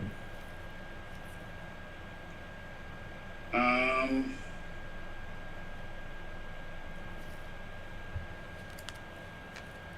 looking for a raw that's actually a player league, and I'm not seeing any of them. Oh, the league challenge? Yeah. I'm seeing a lot of the Star Sparkle one that I pulled the other night. I'm seeing a lot of those. But I'm not seeing any like his. Let me see if I can put second place in. Yeah, I think these were from the regional, right? Heavy. I think these were regional, and they did the league challenge thing at the regional. I was at that regional, by the way. Oh, here we go. Raw second place league challenge at auction went for $40. Yeah. Yeah, anytime you get promos, tournament promos like this in games, doesn't really matter which game it is. Typically, they're not well preserved. They're a giant stack of cards given to a tournament organizer, so they're, handed to somebody, they ship it to somebody else. That person then hands it off to somebody who probably hands it to somebody else and then says, hey, go give this to people. And they set it, a giant stack of them on a desk, and then they're like, oh, you won, great, congratulations, here you go, promo. And, somewhere in all of that, it's like, well, okay, great. Or they pass them out on tables and they throw it across the table at you. Great, here you go, here's your Mew promo. So, yeah, you never know with promos. It's always hit or miss. This one I would probably sell one raw and send one, ship one.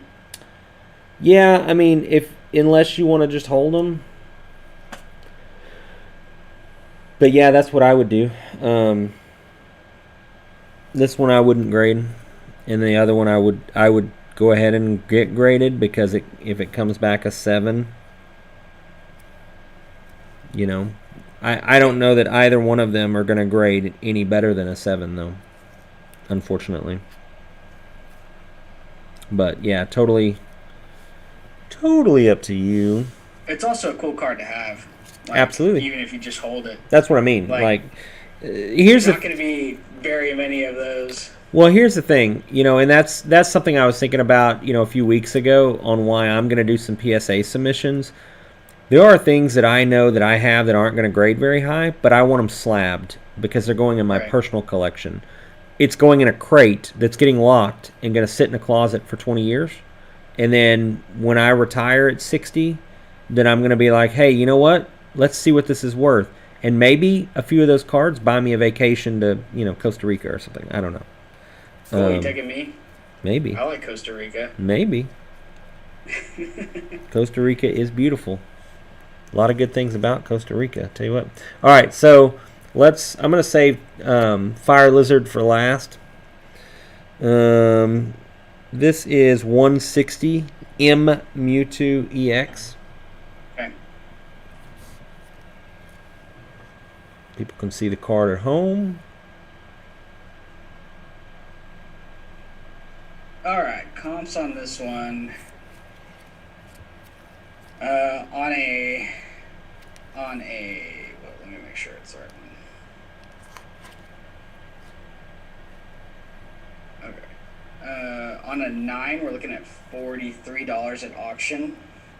So this is going to be a lower value card. So we really want a 10. A 10 went at auction for $137.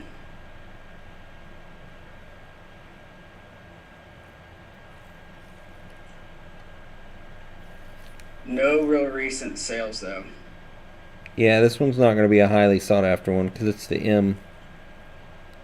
This one has a real flaw in the front. There's like a ding in the middle of the picture. It's hard to show. I don't think it'll show up on camera. Actually, it shows up a little bit on mine, but you can see if there's a white speck, that's actually a ding, like it looks like a corner dropped on it or something. You can kind of feel it in the card. It's got a couple of small spots around it, so I wouldn't send this one in.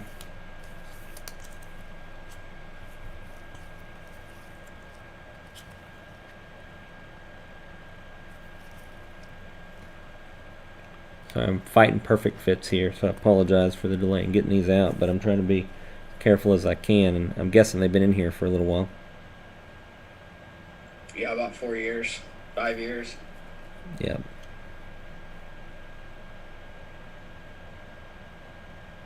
Alright, so front on this one is good. It has a pretty solid scratch across the back that looks like a printing error, like a print line from the roller, and then it has what looks like 2 indentions directly down on the top of it. A little bit of edge wear. Probably none of that's going to show up on here. I would not send this in. So we're 0 for 2 on this one. So far, yeah.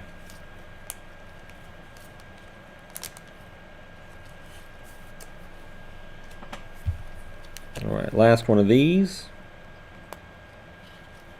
Yeah, they worked well for double sleeving to play with. That's very true. I double sleeve. I bet most TCG guys that actually cared about their card condition probably double sleeved. Yeah, I mean, if you're playing with high dollar cards, for the most part. Like Commander players in Magic, you know, most of them double sleeve if they're playing real Commander. You know, they're playing super casual, they don't care, but all of my Commander decks that I currently own are all double sleeve. Is Commander super high dollar?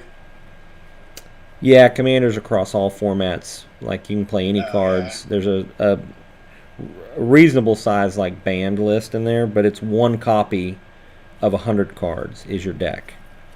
So your deck is 100 cards, and you can not have more than one copy of any card other than the basic land. And then it can only be the colors of your general, which is a legendary creature. And whatever mana symbol colors are on the card, you can... that's the color of your deck. Essentially, you can't have any other colors in the deck. They actually have legendary planeswalkers that can be your generals now too. But all right, do you still have friends that do the giant cube thing? Yeah, I've got a cube. Yeah, that's pretty fun. I have a really cool cube. Mine's a tribal cube that I made. That's cool.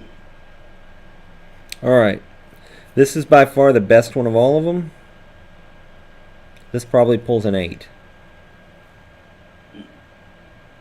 Let me give you an 8.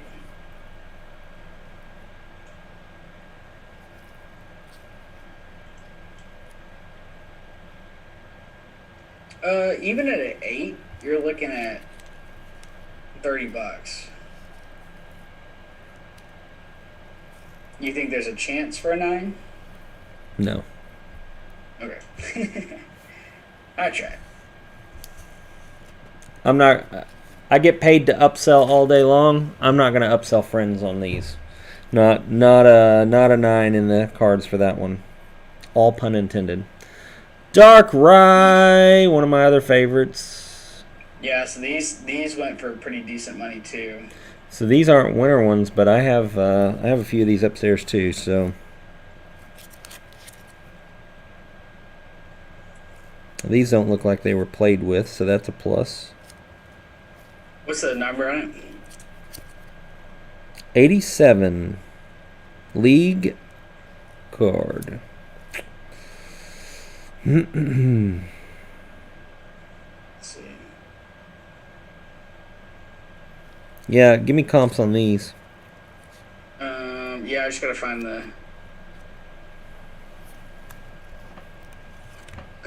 the right one. Bro, we're so famous we're getting rated by bots in our chat. Well, we've officially made it. Hey everybody, do not, under any circumstances, click on whatever that link is. Yeah. Do not. That is the first sign of success, is when bots raid your chat. So we're coming up in the world, everybody. We are coming up in the world. Yes. All right. I've given these a good eye over here, so just so everybody knows what we're looking at these Darkrai Pokemon League. I found it earlier. I'm having trouble finding one though. Leave it to Blake to lose the cards. I forget what I put in. What does it say on the front there? Pokemon League.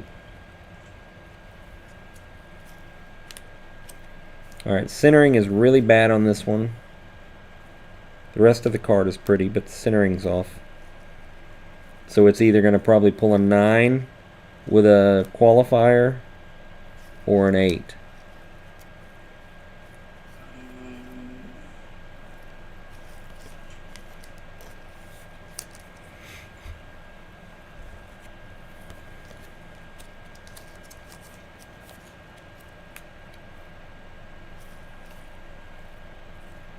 Centering is off on this one. This one has rub on corners. This is probably an 8. Okay, tell me what the difference between the cards you're looking at and this one from the description. It's a PSA 10, 2017 Pokemon Darkrai, Hollow Burning Shadows, number 87, but it says Rare Pop 3. Does it look like I'm gonna hold one on camera here. It's the same card, but it's not the players or the Pokemon League. Yeah, these are just alternate promos. Okay, well the Gem Ant 10 went for $320. Of this version or the other version? The non-players league. Right. But it's the same exact card except for that stamp. And you can't find it anywhere as a comp, as a Pokemon League Darkrai. It's only Pop 3. Let me. Are you looking on eBay? Let me see what else. Okay. You should just go on eBay and look, because that means that there's a chance that this version is not super expensive. Centering on this one's rough. I'm guessing it's an issue with the promo. The rest of the card's nice though.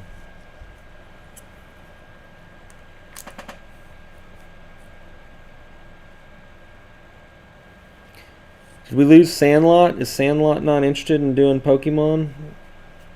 He left us because I disagreed with his pick for Barry Sanders and decided he was done for the night. Sandlot, what's your top 3 Pokemon? Go. Barry Sanders, Deion Sanders, and Jim Brown. Charizard, Barry Venusaur. Bro, Blastoise all the way. Don't be a sellout and choose the Fire Lizard, man. It's Blastoise all the way, yo. Dude, I think it's hilarious.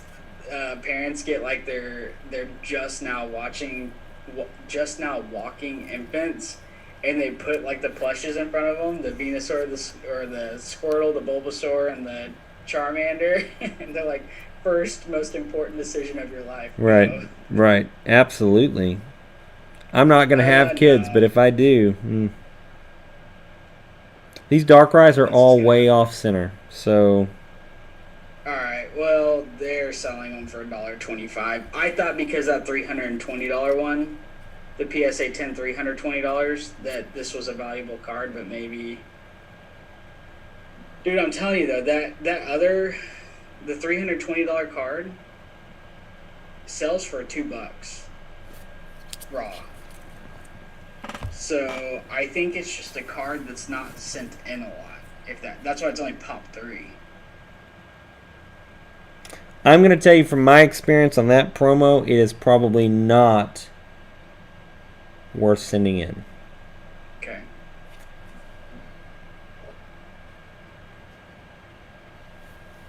All right, you ready for the last one? Yep. What you got? Dun dun dun! The sellout, the Fire Lizard. Whoa! Charizard. Yes. Let's go, Charizard! We just bought an island. All right. Yeah. some of those cards, we could buy an island. This is XY29. This is the Promo EX. I'm guessing out of the Evolutions box set that they released back then. Yeah, I think there are other Charizards that are worth more, but this one. So All tournament Fire 10. Lizards are worth something because all the sellouts like the Fire Lizard. So I'll. No offense, I'll give sellouts. you- It's fine. No, no Yeah. disrespect. So November 22nd, it went for $350 in the PSA 10. Right now, you're kind of more down in the 200 range. What does it go for as an 8? Or a 7?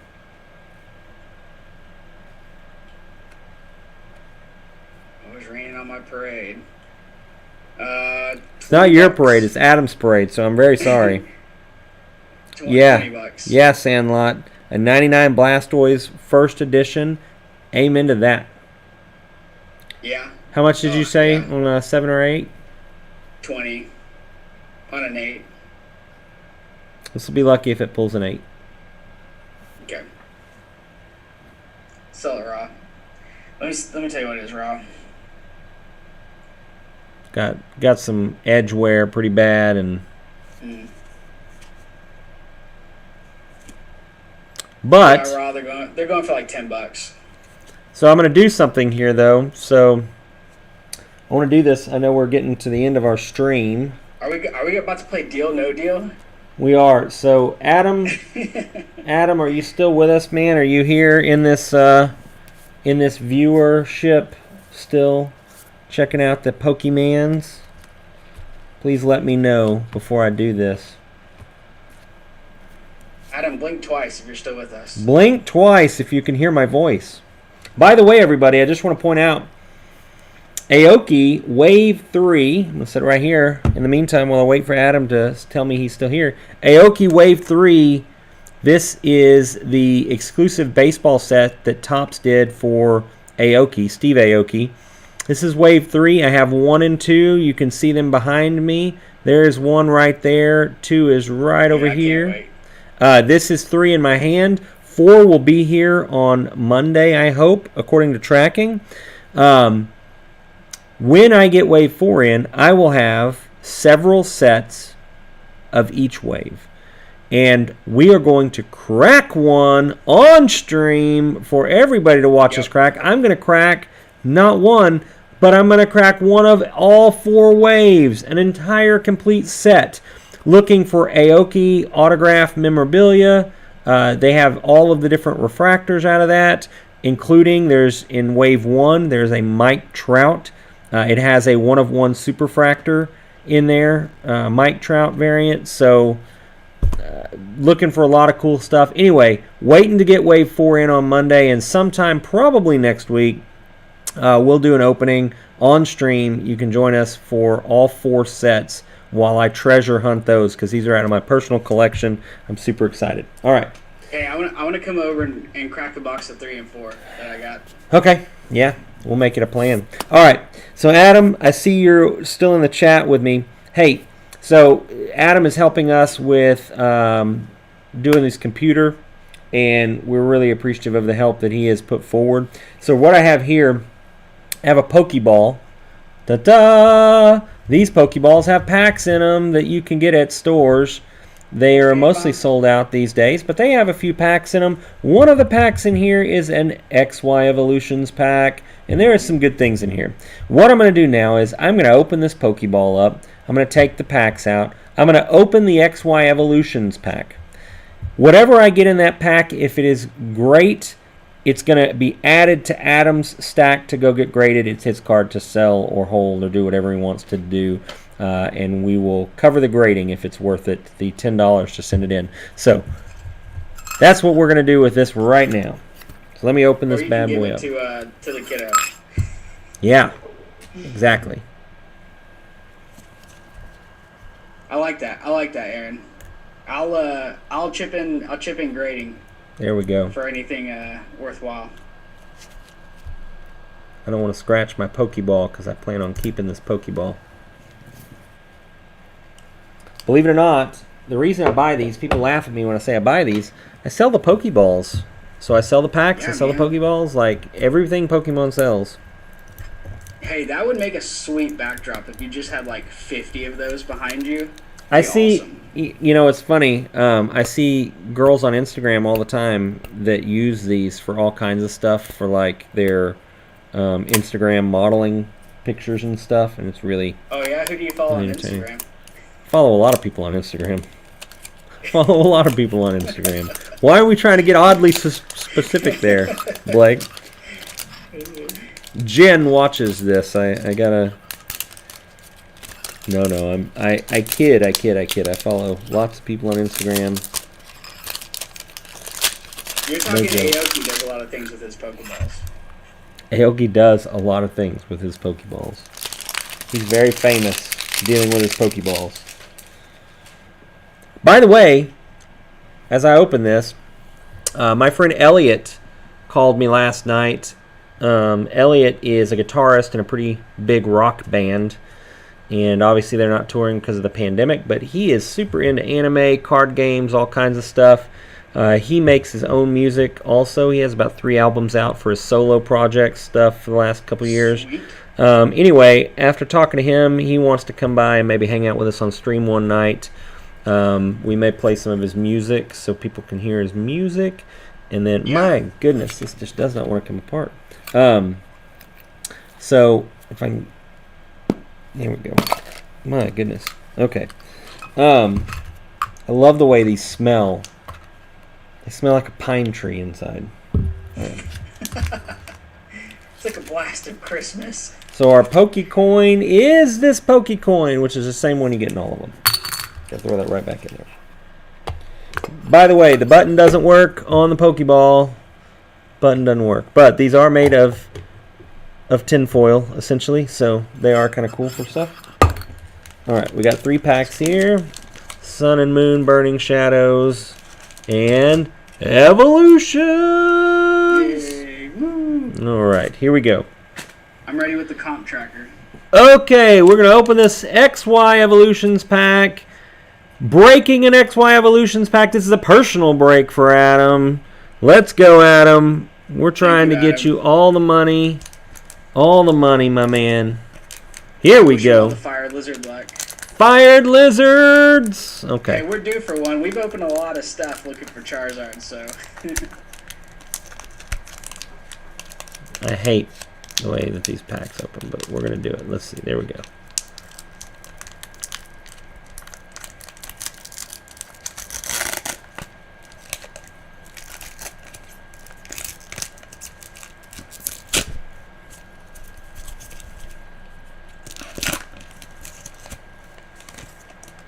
Okay.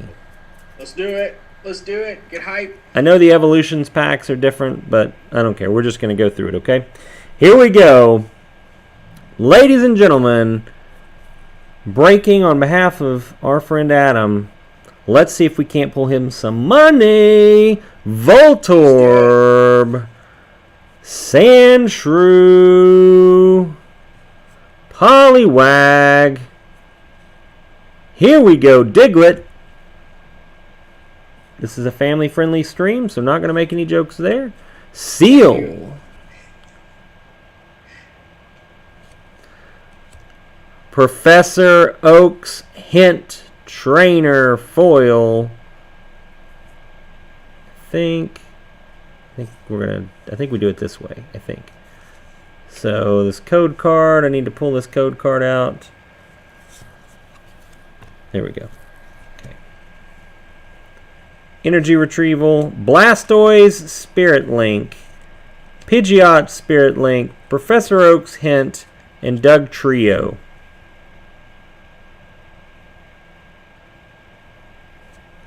So there's your rare Doug Trio and the foil Professor Oak's Hint.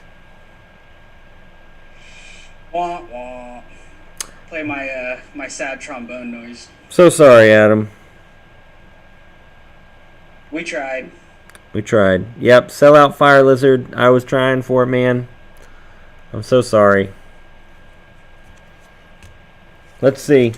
I got these two. Let's pop one for you. There's not much worth. much out of here, but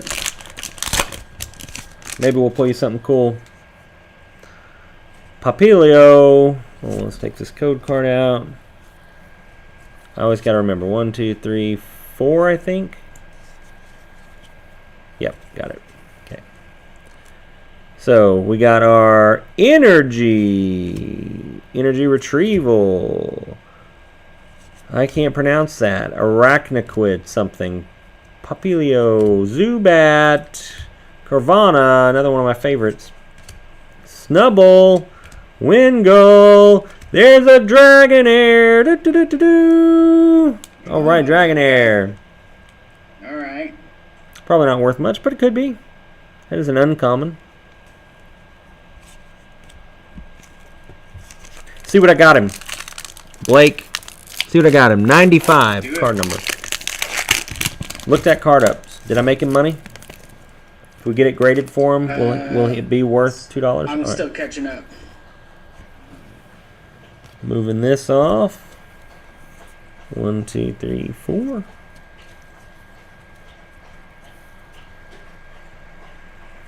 All right, here we go. If you can hear my dog drinking water in the background, he's letting us know he not happy. Reverse hollow. Charmeleon, Dusclops, Potown, Pikachu, Pika.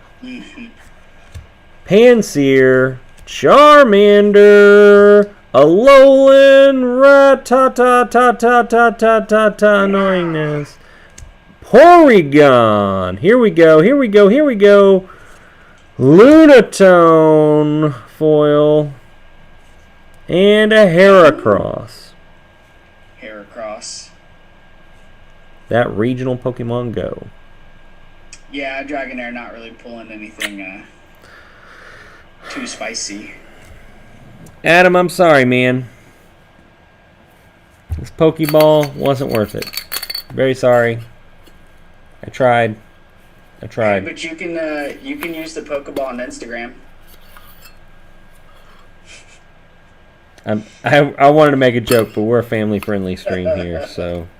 Hey, it is the late night hours. It is the late night hours, but I noticed Fisington is still with us, so just know there's jokes to be made, but we're not going to make them. It's kind of like Nick at Night, you know? It is Nick at Night. Everything you learn here is to be taken with a grain of salt when it comes to the jokes made, okay, everyone? But I have my Pokeball here. This is my treasured Pokeball. I'm going to add it to my collection. As you can see, I have one right there. Sorry, my camera's in reverse, so it's a little weird. But I have a little Pokeball up there in all of my Transformers, and this Pokeball will go somewhere up there, probably. I'm going to hide Pokeballs in the background, and we're going to run a contest eventually that if somebody can take a screenshot at a point where all of them are visible and then circle them all, I might give them a prize or something. I dig it. Yeah. Idea. All right. So we've sorted out all of this. So, it looks like grading for him is going to be one Mewtwo that I think probably could pull a 10. I think there is a stack of 5 other Mewtwo's here that have a very good potential to pull, 8s and 9s. And then we have a stack of could get gradeds, but probably are sub-8s pretty solidly. But that does include the Mewtwo Chamber GX. So Adam, think about it, because I would be interested in possibly adding one of these to my collection. Hey, Aaron, we'll see him tomorrow. I know. That's why I'm telling him to think. On it. That's why I'm telling him to think about it now. And then we have the Mew second place, and we have the other here. So, everybody watching this stream, just so you know, we're going to grade some of these for sure, possibly all of these that I just showed you. And in about, 30 years, when PSA gets caught up and starts sending cards back, we're going to show them to you on stream and see how we did here. So we have it on camera. We have the viewpoint. Blake's probably going to chop it up and put it on YouTube for us as well.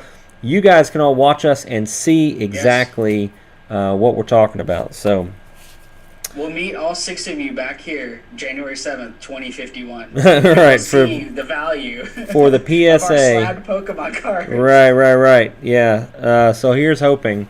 So I'm excited though because I definitely see it as a potential to kind of test my eye with Pokemon grading, PSA grading. You know, I've done it for Magic for many years. I've got to be very, very good at it with Magic. So at this point, I am now to a point where I'm hoping that that translates into doing it for sports cards and for Pokemon for getting graded with PSA. I've done it with coins as well, you know, picking out flaws on coins. So that as well. So what I'm going to do now, I'm going to move these off and... Blake, why don't you tell people about where they can find us on other things? And while you're doing that, I'm going to open a hockey pack and just silently open this. Itch. I got the itch. So why don't you go ahead and just tell people where they can find us while I do this? Yeah, guys. So you can find us over on YouTube at A51 Collects. You can find us on Instagram at that same handle, A51 Collects. You can find us on Twitter also at A51 Collects. So you can check us out on pretty much any of the major socials, all at A51 Collects. We have a Facebook group going right now, which you can also find us at that hashtag A51 Collects. It's also Area 51 Collectibles on Facebook. And then, of course, here on Twitch, we are Area 51 Collectibles. That might end up changing to the A51 Collects just so we're branded across all the socials. It's easy to find us. But yeah, right now, A51 Collects, and then here on Twitch, Area 51 Collectibles. That's where you can find us. Sweet. I don't know what this is. It's made out of canvas. Hey, Heavy, good night, man. Hey, thanks for joining the stream, buddy. Yeah, good night. I don't know what this is, Blake. It's a canvas card. I'm waiting. Hold on, it's coming. Yeah, look it up it's for me. Yeah, UD Canvas. Yep, those are good. Is it? Look it up for me. Tell me if it's worth something. Is that a Young Gun? I don't know. I can't tell. Maybe. I don't know the Colorado guy. Hold on. I'm gonna have to bounce back and forth to get that spelling. Andre. I can tell you. Andre, last name. Yep. Burakovsky. UV Canvas.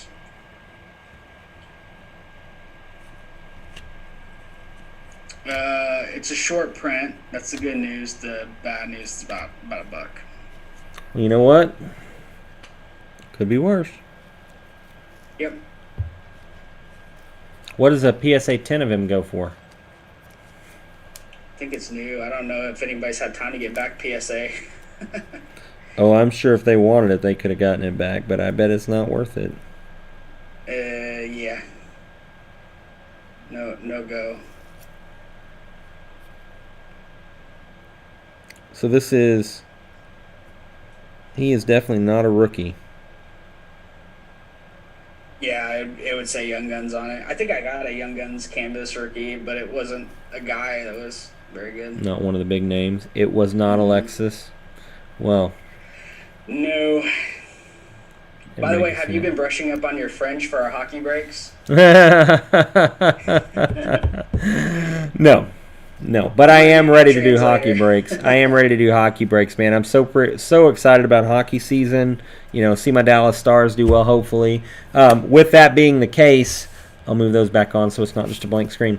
With that being the case, just so everybody at home knows, whether you're catching us on YouTube or Twitch and seeing this, we do have more breaks coming. Important thing, we're getting a brand new computer set up tomorrow to improve the quality of everything that you're seeing here. That over the next week we will troubleshoot and make sure that everything is working spot on, and then we will be back to breaking. We have a ton of breaks to do. We've got hockey, Young Guns, trying to look for that Alexis, seeing if we can't pull that for you. We've got tons of football breaks that we're going to run through the playoffs and the Super Bowl here. We've got absolute football, playoff football, Phoenix football, Donruss football, Illusions football, Absolute, Prism. We've got a whole bunch of stuff here that we're going to do. We have some basketball, some Prism draft picks. We're going to do another break I'm going to be a lot more comfortable with the product doing it that time. I was not as comfortable with the product previously when we did it. So now I've got that down. I know what we're looking for. I know what we're trying to do with that. We've got a ton of that product coming. I'm excited, man. We even have, if you can see up here, Rookies and Stars, Absolute Football right here. We've got breaks coming. So I'm excited about what we have on the horizon, you know? Got a lot coming down the pipeline. It's a really exciting time to be on stream, and thank you guys for joining us. Every view helps. Just popping in and saying, hey, we really appreciate it. Absolutely. Thank you so much for joining us tonight. Please, please, please, if you enjoyed tonight's stream and you're catching us for the first time, please do like and subscribe. Follow us on Twitch. Subscribe to us on YouTube. Also, if you happen to check us out on Instagram, we are on there. We will do some Instagram live stuff eventually here in the near future. But most importantly, find us on the YouTube or the Twitch so you can keep up with us. Yeah. And we are coming to you. Currently, we are Sunday, Monday, and Thursday nights. 8:30 for the next week. We'll be pushing that back a little bit in the coming weeks after that, but we've been pushing the 8:30 p.m. Sunday night, Monday night, Thursday night, 8:30 p.m. Central Standard Time. Catch us on Twitch and, in theory, here on YouTube Live as well, so that you can check us out on what we've got going on. We've got some cool contests and stuff between us. So, Blake, we'll also, if you're a good way to keep up with us, also in the Facebook group. If you're in the Facebook group, we'll give you updates on like our breaks coming out. Right. When the auctions on the breaks are ending, we'll give you a heads up so that you know in case you want to get on a break with us. Absolutely. So search for us, Area 51 Collectibles on Facebook. Hop in the group, and we'll keep you posted on all the new videos going up, live stream times, all that stuff. Yeah, absolutely, absolutely. All right, everybody, thank you so much for joining us. Thank you. Hopefully you enjoyed our content tonight. We'll be back with you again on Sunday night for another live stream with a portfolio update, I think, across the board for our 25K portfolio challenge and a couple